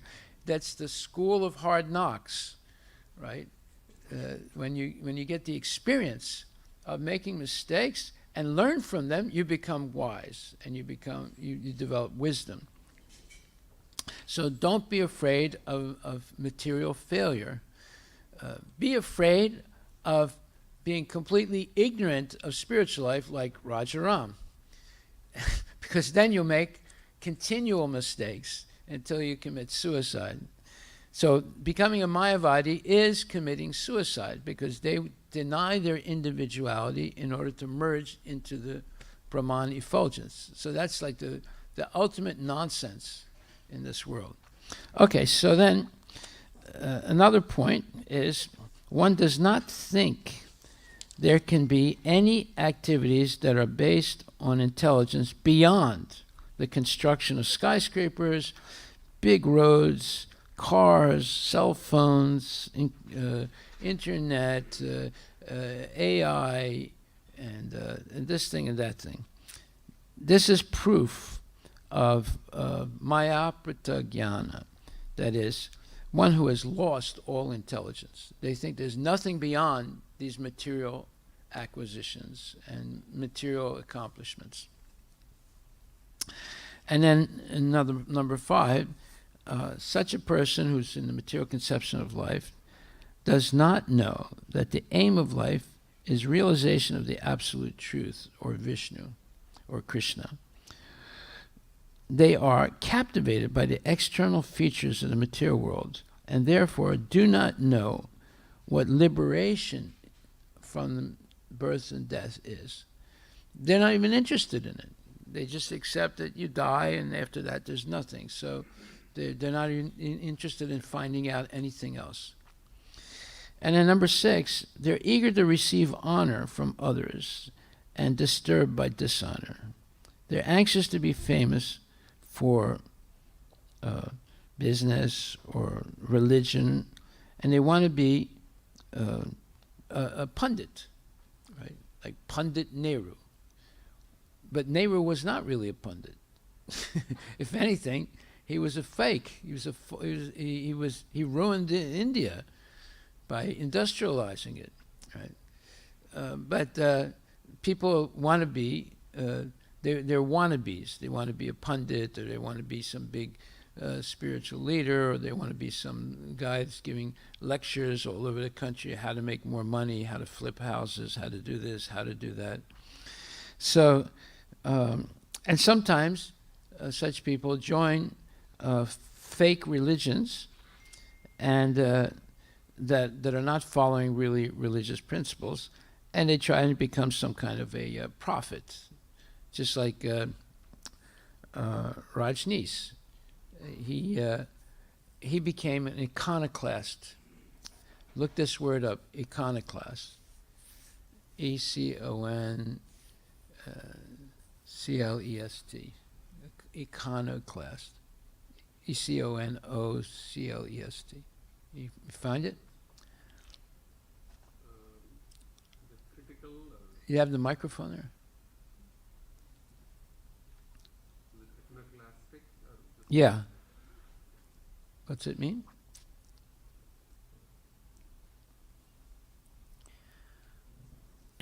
So it says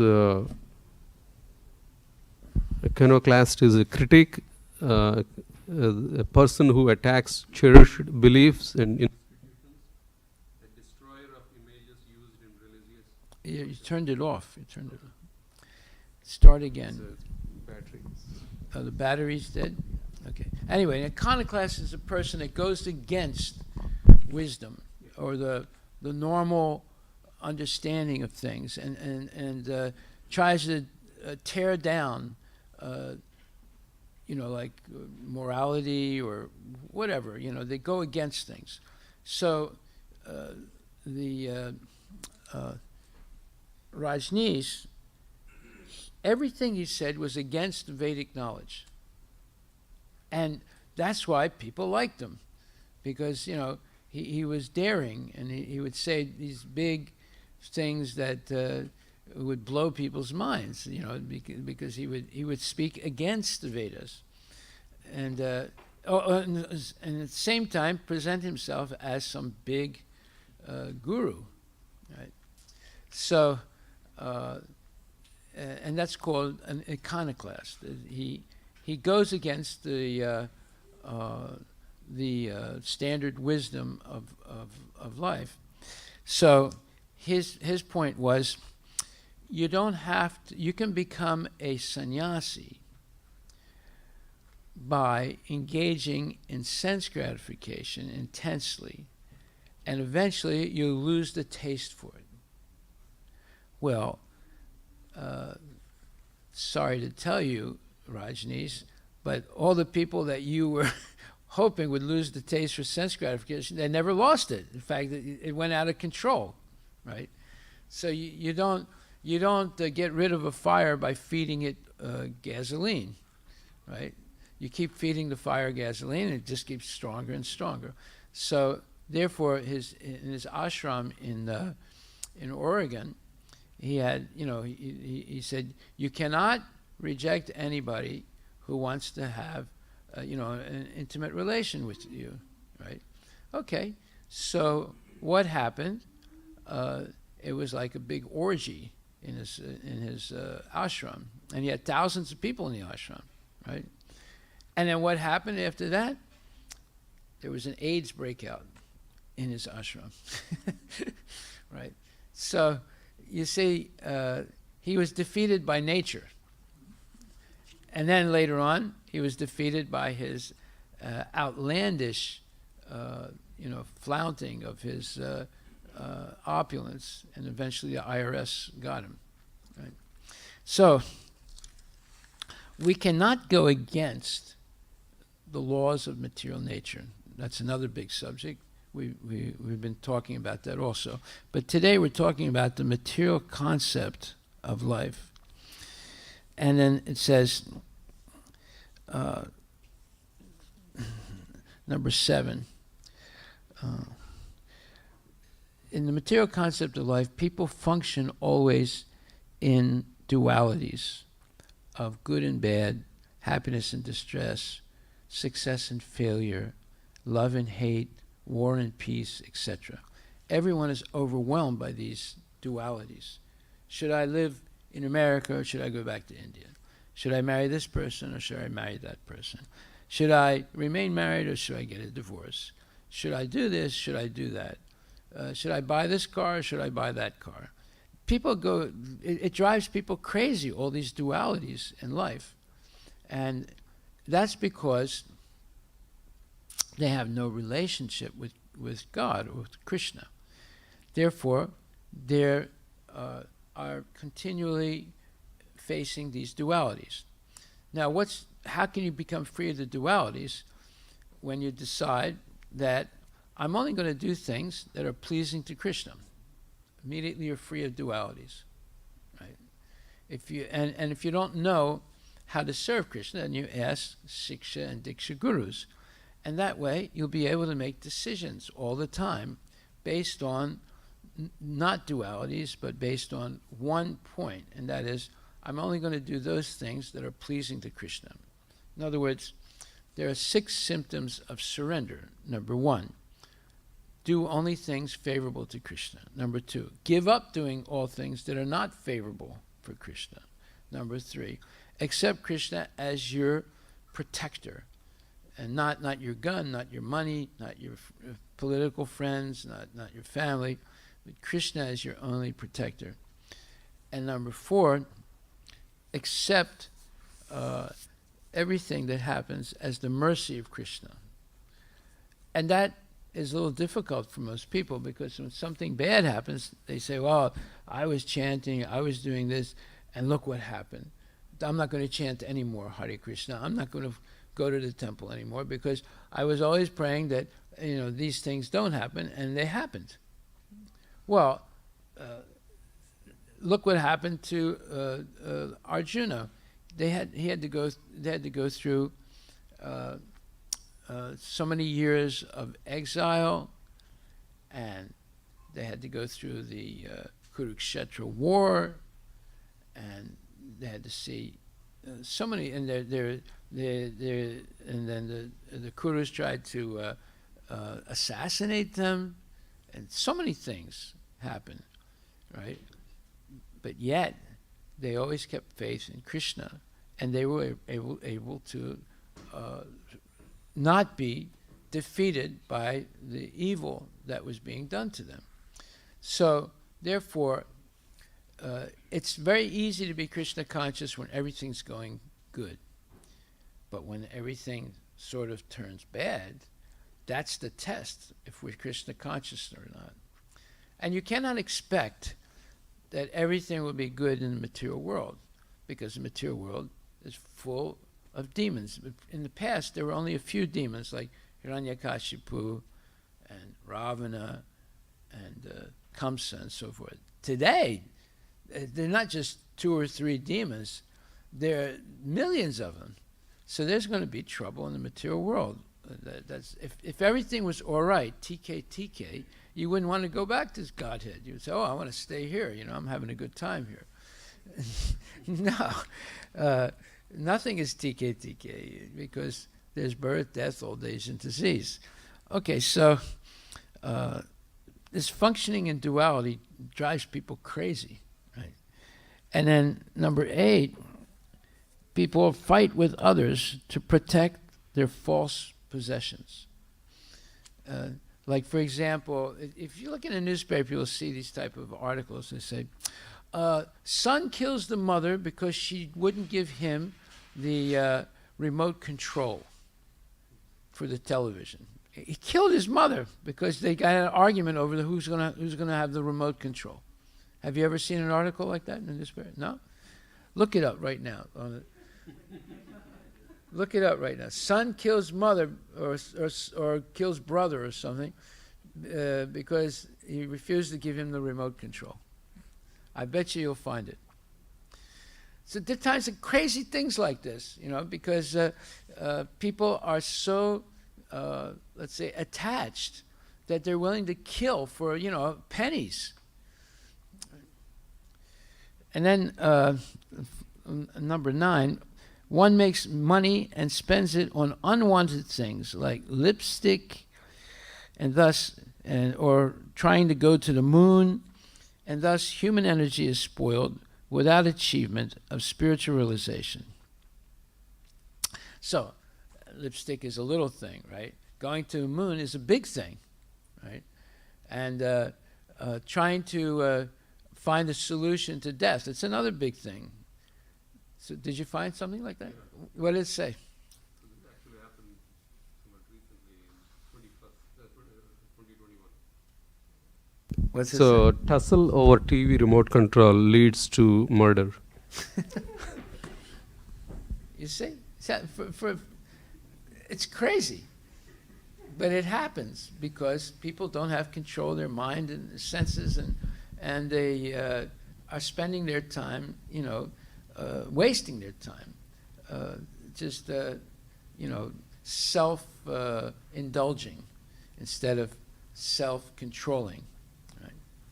Okay, so these are 9 points of the material concept of life. There are many more, and this is your homework.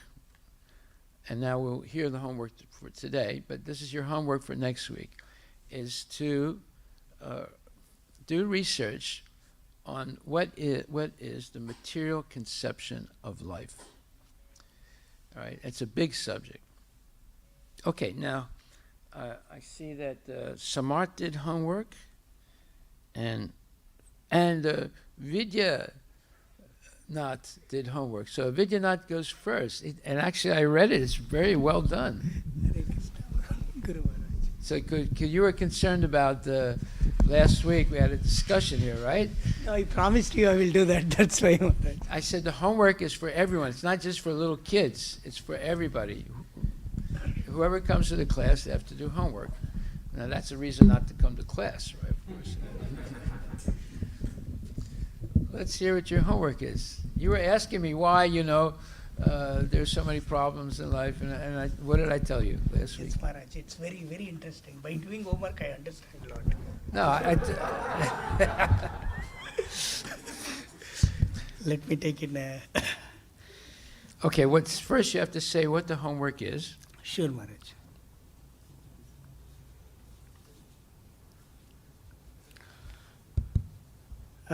Homework for this particular week was question. There were multiple questions.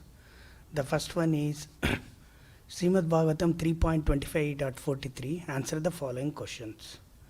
Read 3.25.43, and we need to answer. The first one is, what is the Sanskrit term akuto bhaya? And the second question is, what is that means padam padam yad vipadam? And that is the first part of the homework. The second one is on the BG verse 15.7, and the third Bhagavad Gita 5.7, right? 15.7, Maharaj. That's what. Is it 15? Yeah. Okay, I'm sorry. Yeah, 15.7. And the fourth one is, what do Hindus think Krishna is Hindu God? Is it true? Say that again. Why do Hindus think Krishna is a Hindu God? Why do you think Krishna is a Hindu? Hindu. Is it true or false? Then the last one is Srimad Bhagavatam 11.2.37. Explain what that verse saying. No, actually, is Krishna a Hindu God? That's the question. It's not, Right. why do you think he's a Hindu? No. Is he a Hindu God? Hindu God, yeah. Okay. Or is he a Hindu? Okay, I will start with the first one, Srimad Bhagavatam 3.25.43. What is the Sanskrit term akuto bhaya? As per the purport by Srila Prabhupada, given the meaning clearly, the surrendered souls are called akuto bhaya. They are doubtless and fearless, and their entrance into spiritual kingdom is guaranteed. To anyone who has full faith in the Supreme Personality of Godhead and the spiritual master, all the import of the Vedic literature is revealed. He does not have to seek separately. The yogis who engage in devotional service are full in knowledge and renunciation. If there is a lack of knowledge and renunciation, is to be understood that one is not in full devotional service. Even if a person is completely illiterate, the transcendental knowledge of the scripture is revealed onto him simply because of his engagement in devotional service. The conclusion is that one cannot be sure of entrance into the spiritual realm in either the impersonal Brahmajyoti, effulgence of the Lord, or the Vaikuntha planet within the Brahman effulgences, unless he is surrendered unto the lotus feet of the Supreme Lord Krishna. Yes, so this akuto bhayam is a very important term. It means that one is without any fear, and they are completely, let's say, doubtless. They don't have any doubts. So you cannot be, let's say, a peaceful person if you have doubts in your mind and if you're fearful. In fact, there's a verse in the Bhagavad Gita that says, for a doubting soul, there's happiness neither in this life nor the next. Right? Yeah. So, how do you get rid of your doubts? And the biggest doubt is, does God actually exist? Right? Well, you come to class. You do the homework. You hear attentively, and you learn about Krishna's qualities. And eventually, and you associate with people who have faith in Krishna as the Supreme Personality of Godhead. and then eventually you will also have faith. You develop faith by associating with people who have faith. So, doubting the existence of God means that is one of the main symptoms of the material conception of life. So, therefore, you'll say, well, look, there's no such thing as a soul or eternality or anything like that. So I'm just going to spend my whole time making money and spending it on sense gratification. Because when I die, it's all over. So I may as well live to the fullest while I'm alive. Right? So doubting the existence of God means that you're basically limiting yourself to the material conception of life. And basically you're giving up any hope of liberating yourself from the cycle of birth and death and going back to Godhead. Okay, go ahead. And the next question is, what is that means padam padam yat vipadam? Nati sam. Go ahead. Prabhupada lecture given in London, August 1st, 1973, he mentions the meaning of padam padam vipadam explained in Srimad Bhagavatam 10:14-58. Padam padam, at every step, vipadam, of material miseries. The material world is going on, it is full of dangers. This world means step by step simply danger. So everything there is a danger, and there is a pratikaram, counteraction, how to save yourself from it.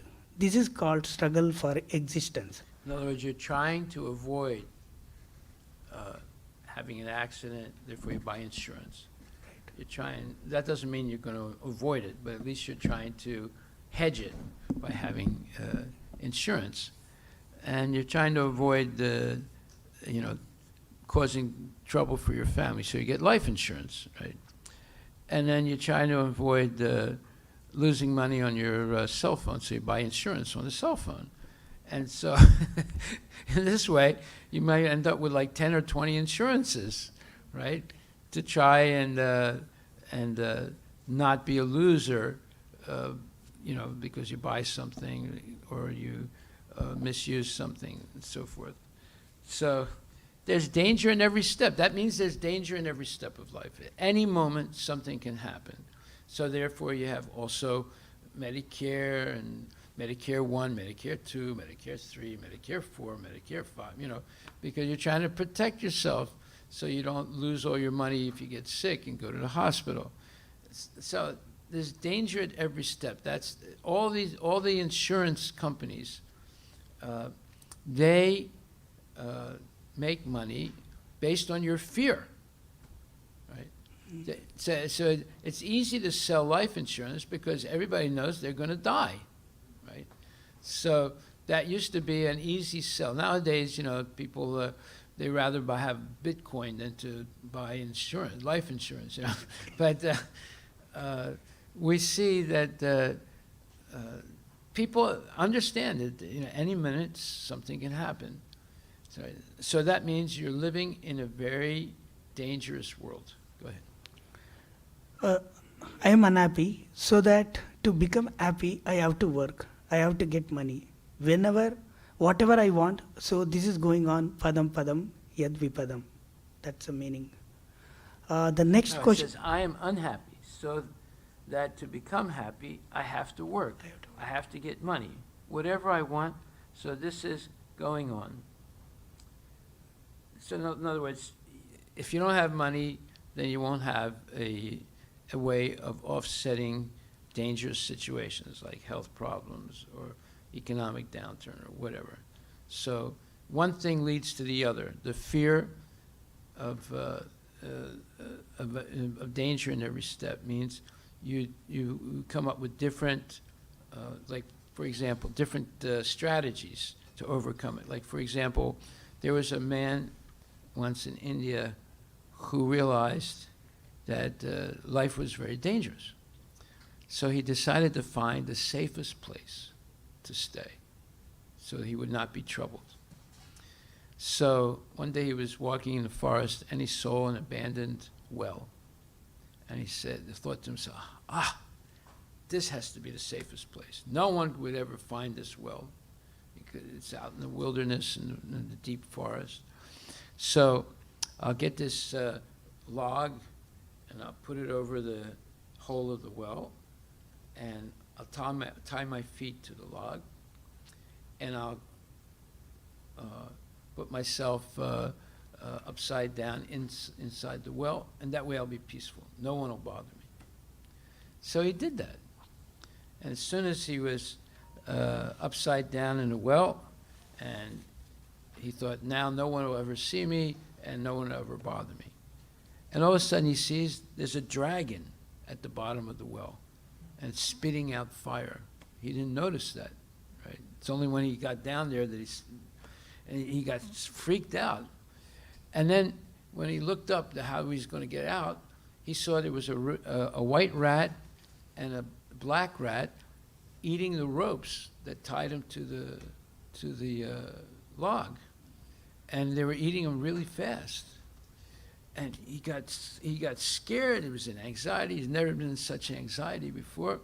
And then he was looking and seeing if there's some way to get out, and he sees this golden pot in a little indentation of the wall of the well. And he wonders, what is this? And he grabs it and looks at it, and he smells it, and it's nectar. And he gets involved in drinking the nectar and forgets about the rats and the dragon. And eventually the rats eat the ropes, and he falls down right into the mouth of the dragon and dies. This is a traditional Vedic history or story. So there's no such thing as a safe place in the material world. Everywhere there's danger. Padam padam yat vipadam natisam. And that's why people buy insurance, they get guns, they do this, they do that, they try and make a lot of money, whatever. And they're struggling for existence also. Go ahead.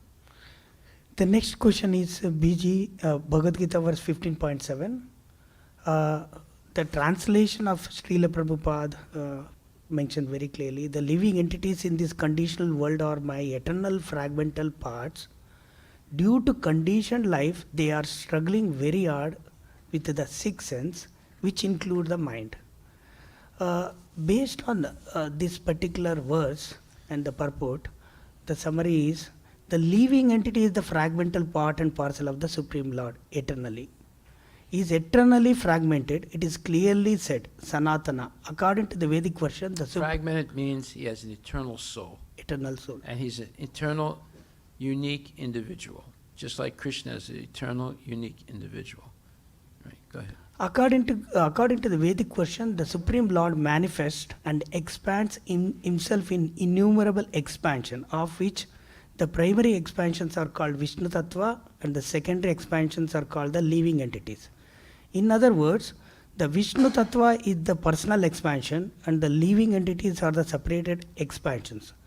By his personal expansion, he is manifested in various forms like Lord, Rama, Narasimhadeva, Vishnumurti, and all the predominating deities in the Vaikuntha planet. In other words, all Krishna's expansions of himself are non-different than himself.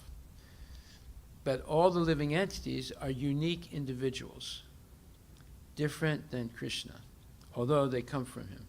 Right? Just like your children are unique individuals, each one. Right? So that's all that's being said. Go ahead. The personal expansion of the Supreme Personality of Godhead, the individual identities of the Godhead are always present. Similarly, the separated expansions of living entities have their identities. Okay, that's what we just said. Okay. Yes, Maharaj. As fragmental parts and parcel of the Supreme Lord. The living entities also have a fragmental portion of its qualities, of which independence is one. Every living entity has an individual soul, as its personal individuality and a minute form of independence. By misuse of that independence, one becomes a conditioned soul, and by proper use of independence, he is always liberated. That's the point. That's the point. We have limited free will. And if we use it, if we make the right decisions with our limited free will, we become happy, we go back to Godhead, etc. And if we choose not to make the right decisions, we suffer.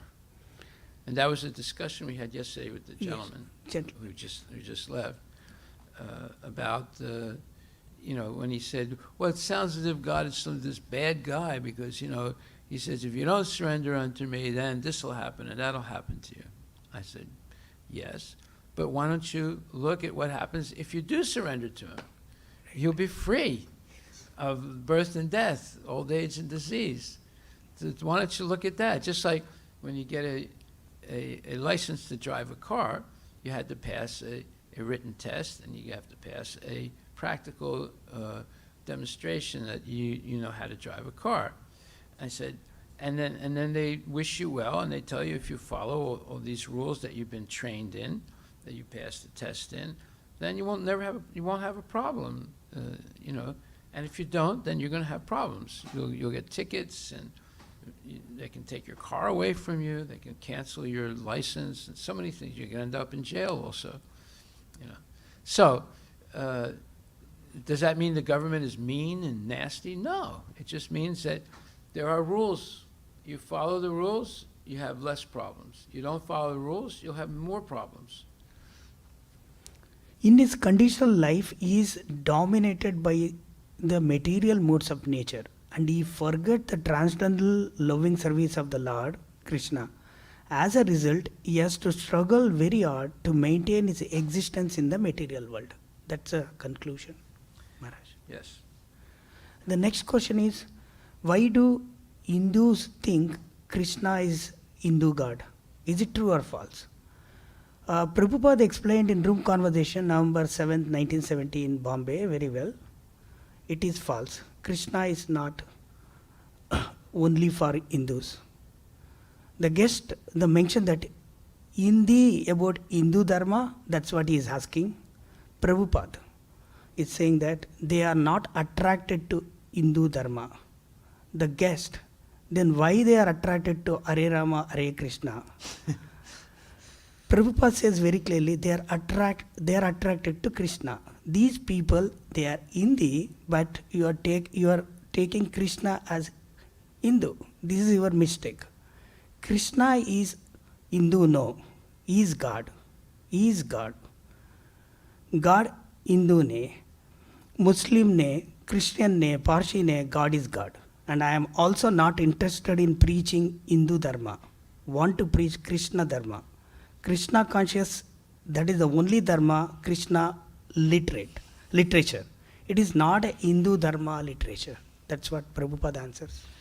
Yeah, I mean, the sun rises in America. Is the sun American? No, because it also rises in Russia, it also rises in Africa.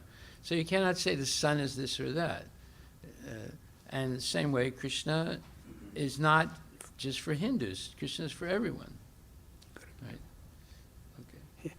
The next question is Srimad Bhagavatam 11.2.37. Explain. By the way, Krishna doesn't say in Bhagavad Gita, I am a Hindu. Jai Hind. He doesn't say that. No, Nowhere in the Bhagavad Gita does he say that. Correct, Maharaj. Srimad Bhagavatam 11.2.37 explain what that verses saying. In summary, the translation in the verse by Sridhar Swami mentioned very clearly here. Fear arises when a living entity misidentifies himself as the material body because of absorption in the external illusory energy of the Lord. When the living entity thus turns away from the Supreme Lord, he also forgets his own constitutional position as a servant of the Lord. This bewildering, fearful condition is affected by the potency of illusion called Maya. Therefore, an intelligent person should engage unflinchingly. An intelligent person should engage unflinchingly in the unalloyed devotional service of the Lord under the guidance of a bona fide spiritual master, whom he should accept as his worshipable deity and as his very life and soul. The objection may be raised that since fear is caused by ignorance, it can be dispelled by knowledge, and there is no need to worship the Supreme Lord. The living entity falsely identifies with his material body, family, society, and so on, and he simply has to give up this false identification. Then what will Maya be able to do? This was clearly mentioned in Bhagavad Gita 7.14. Daiviye vasa gunamayi maya duratmaya mama eva te prapadayante maya metam tarantate. The divine energy of mind, consisting of the three modes of material nature, is difficult to overcome. But those who have surrendered unto me can easily cross beyond it. The living entity called Jiva Tattva is one of the potencies of the Supreme Lord, but the constitutional position of the living entity is Tatastha or marginal, being minute. Every living entity is eternally dependent upon the Supreme Living Entity, Krishna. Krishna is the only independent controller. All other living entities depend upon him. Adilila 5.1.42. Just as the finger is a part and parcel of the body and therefore must always be engaged in bodily service, we as a part and parcel of Krishna. The illusory potency of the Supreme Lord is Dhrutataya. It is impossible to escape without the direct mercy of the Krishna.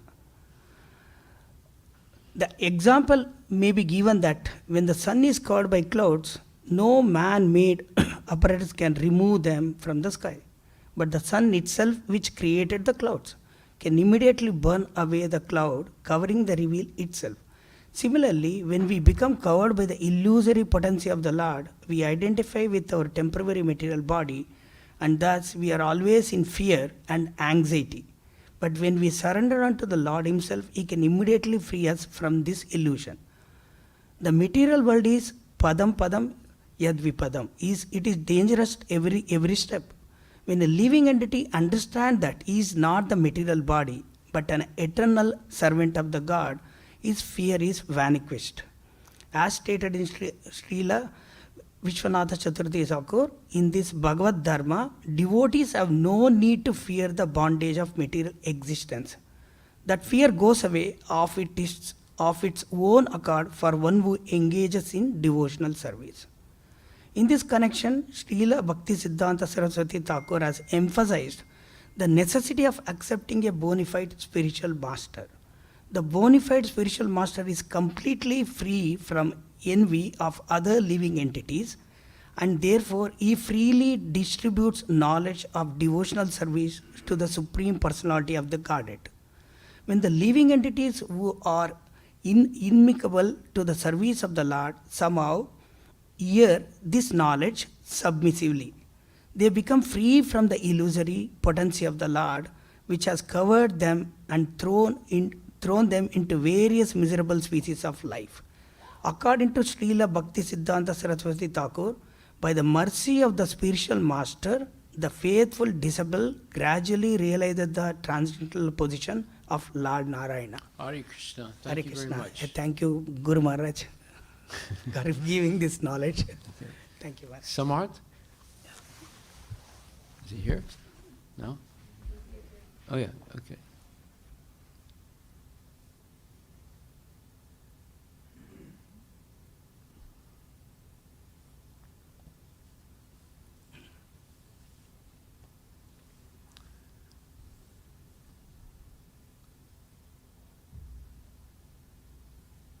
Anybody else? No?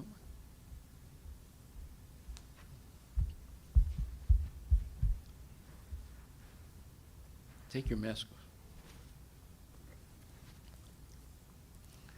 Hare Krishna Maharaj. Haribol. So the assignment was to read Srimad Bhagavatam, 3rd Canto, 25th chapter, 43rd verse, and answer the following. What does the Sanskrit phrase akutobaya mean? 2. What does padam padam yat vipadam mean? And 3. Look up the verse Bhagavad Gita 15.7 and explain what does that verse mean. And then 4. Why do Hindus think Krishna is a Hindu god? Is this true or false? 5, look up the verse, Srimad Bhagavatam, 11th canto, 2nd chapter, 37th verse, and explain what that verse is saying. So for the first question, this is my answer. The Sanskrit phrase Akutobhayam is explained in the purport of Srimad Bhagavatam, 3rd canto, 25th verse, and 25th chapter and 43rd verse. Everyone in this material world is subjected to fearfulness. These people are under Bhayam, Fear. or fear.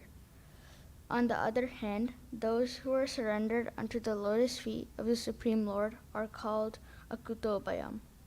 Such devotees are full of transcendental knowledge and renunciation. They are doubtless and fearless, as they know they are protected by the Lord. These such souls' entrance into the spiritual kingdom is guaranteed. For the second question, my answer is, the Sanskrit phrase padam padam yat vibhadam means that here in the material world there is danger in every step. Prabhupada gives an example in a lecture on Srimad Bhagavatam, 3rd canto, 25th chapter, 43rd verse. You are walking very nicely, and sometimes suppose there is a skin of a plantain, and you slip and your leg may be broken. Death is for sure guaranteed in this material lifetime. People can die at any moment. However, one may try to break this law of nature, they will fail at all costs. For the third question, this is my answer. Bhagavad Gita, 15th chapter, 7th verse states that all living entities are Krishna's fragmental parts. In this conditioned life, we struggle with our senses and the mind. This is because we are misusing our limited independence. When there is misuse of that independence, one becomes a conditioned soul, and by proper use of that independence, he is liberated. According to Srila Prabhupada in the purport of this verse, in his liberated state, he is freed from this material condition, and he is under the engagement of transcendental service unto the Lord. In his conditioned life, he is dominated by the material modes of nature, and he forgets the transcendental loving service of the Lord. As a result, he has to struggle very hard to maintain his existence in the material world. This means that one should use our independence to render devotional service unto the Lord, be free of all suffering and struggling in the conditioned state of life. For the fourth question, this is my answer. In today's world, people think that Krishna is a Hindu god. In Bhagavad Gita 15.7, using the words Jiva Loke and Jiva Bhutaha, Krishna is clearly stating that he is the Lord for all living entities and all worlds, not just Hindus. In Bhagavad Gita 5.29, Krishna states in the verse, Sahridam Sarva Bhutanam. This means that Krishna is the friend of all living entities. This does not have to only be the human species. Krishna is the friend of all the 8.4 million species, whether it may be the plants, birds, aquatics, or animals. The fifth answer is this. The verse, Srimad Bhagavatam, 11th canto, 2nd chapter, 37th verse, describes why living entities get into fearful conditions, and how an intelligent person can overcome fear, Akutobhayam, or engage in unallied devotional service to the Lord. When a living entity misidentifies with this body, the external energy of the Lord, he will turn away from the Supreme Lord and forget his position as a servant of the Lord. Such a fearful condition is affected by the potency of illusion called Maya. Hari Humble Bol. servant Samartha. Thank you very much. Hare Krishna. Okay, so homework for next week. Research what is the material conception of life. Very important question. What is the material conception of life? Okay, hint where you can find it. Well, if you go on the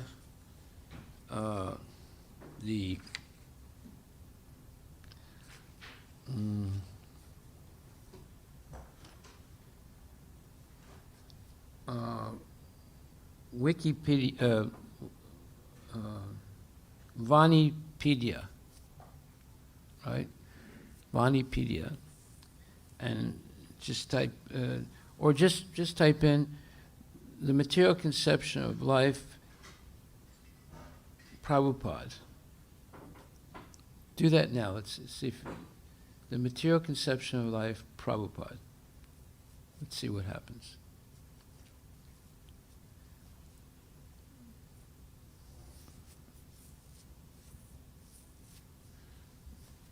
The material conception of life, Prabhupada.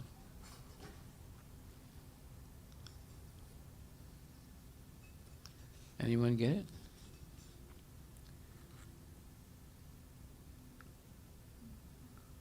The material conception of life, Prabhupada. What? What's it say? Yeah, so what does it say?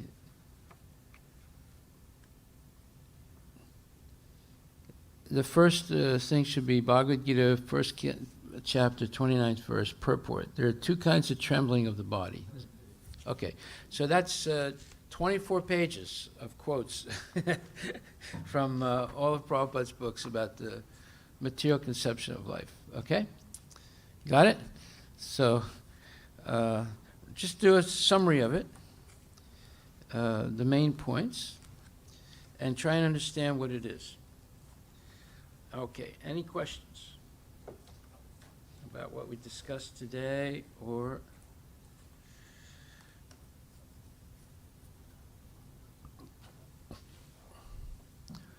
okay, thank you very much. We'll have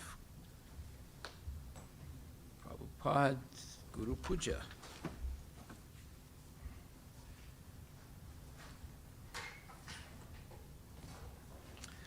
There's an interesting video of Indian students trying to get on a train to get out of Ukraine. And they were rejected by the Ukrainian railroad people because they're not white.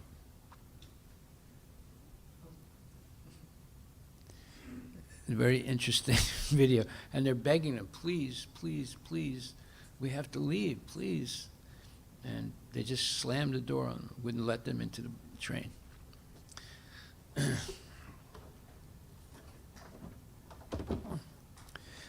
Okay, who's going to chant?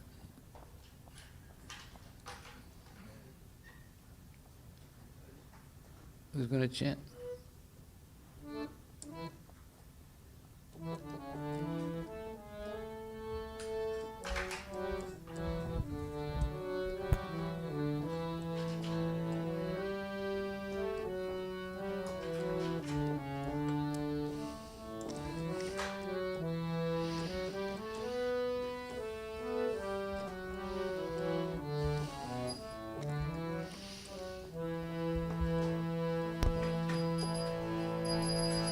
Jayo Prabhupada, Jayo Prabhupada, Jayo Prabhupada, Jayo Prabhupada.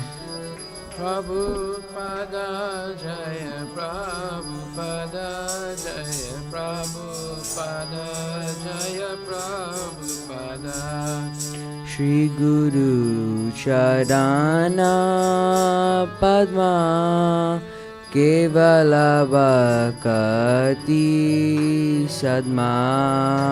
Shri Guru Charana Padma Kevala Bhakati Sadma. Bando Muhi Savadana Made.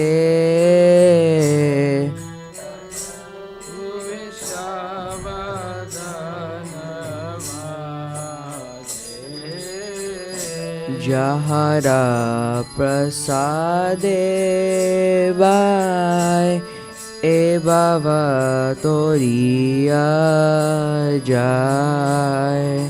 Janara Prasade Bhai E Bhava Toriya Jai. Krishna Prapti Hoy Jaha Hoy Te. Krishna Prabhu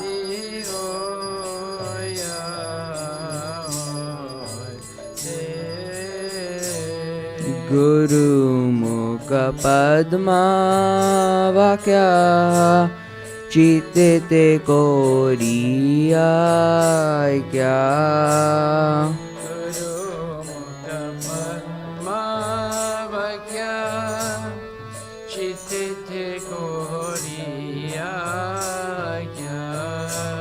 arena chorio माने आशा Arana Korea Maneyasa Shri Guru Charane Rati Aise Uttama Gati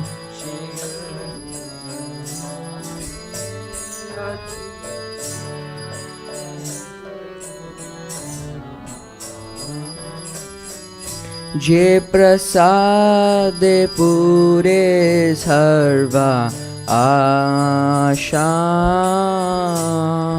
Ye Prasade Pure Sarvasa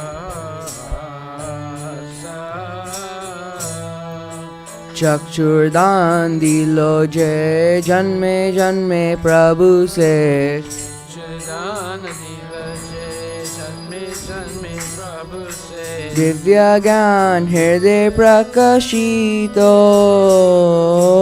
Divya Gyane Prakashito प्रेम भक्ति जहा होते अविद्या विनाश जाते Prema Bhakti Jahavate Avidya Vinasa Jate वेद गाय जहर चरितो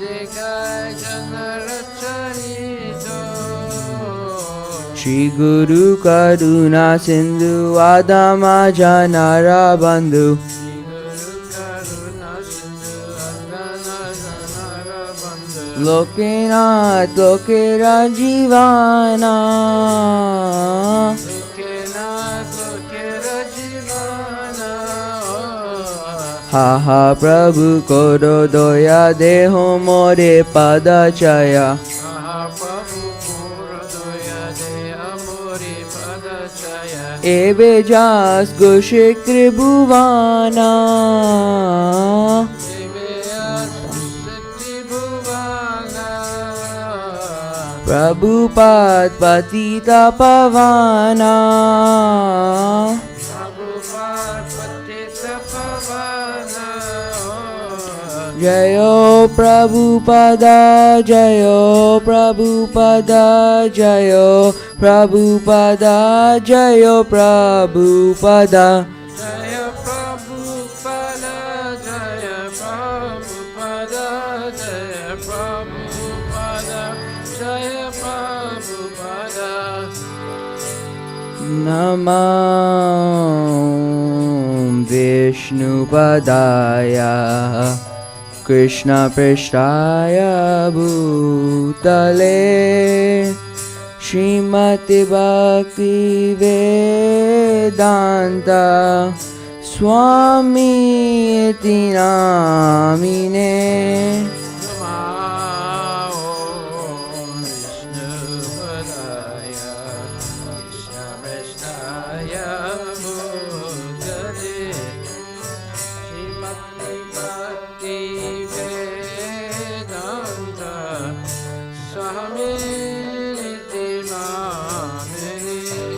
नमस्ते सरस्वती देवी गौरवाणी प्रचारिणे निर्विशेषा शून्यवादी पाशता देशतारिणे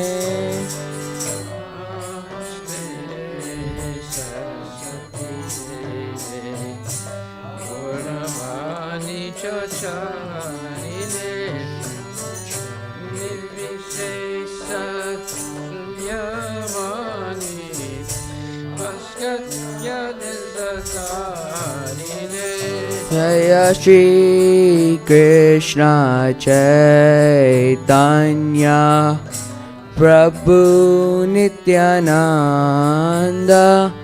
Advaita Gadadara Shiva Sadi Gaur Bhakta Vrinda Krishna Prabhu Nityananda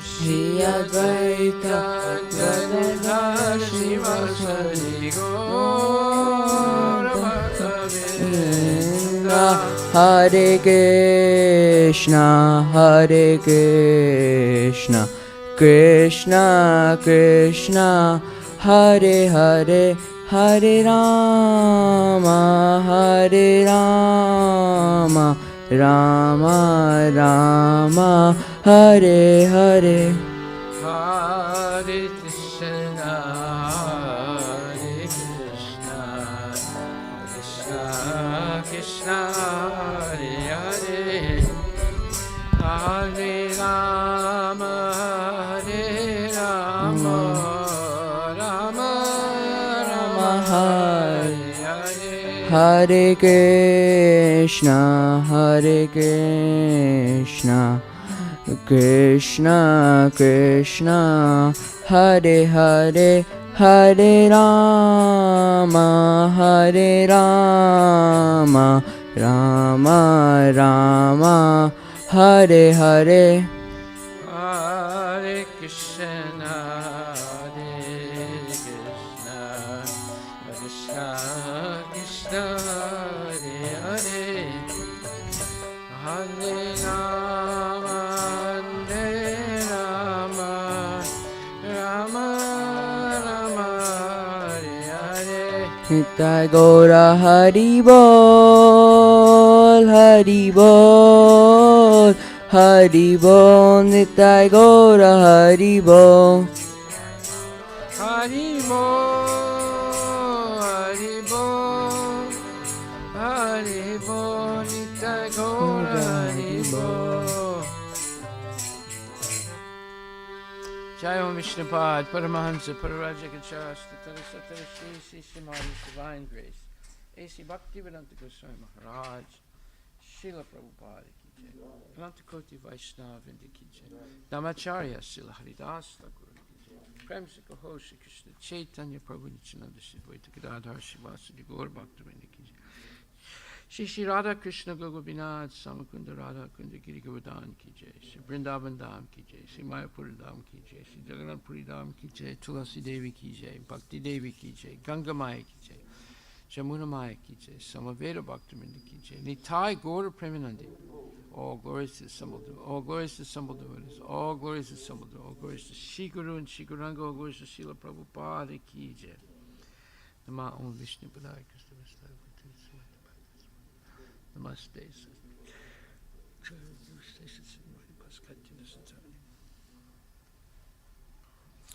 The lotus feet of our spiritual master are the only way by which we can attain the pure devotional service. I bow down to his lotus feet with great awe and reverence. By his grace one can cross the ocean of material suffering and obtain the mercy of Krishna. My only wish is to have my consciousness purified by the words emanating from his lotus feet.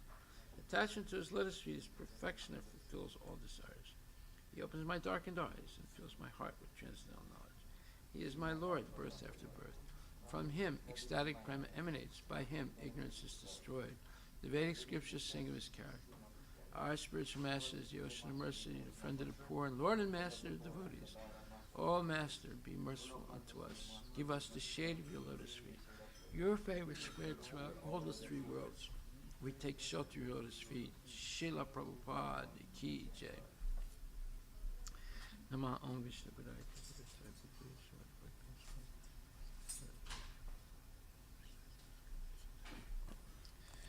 Gaura Premanandi.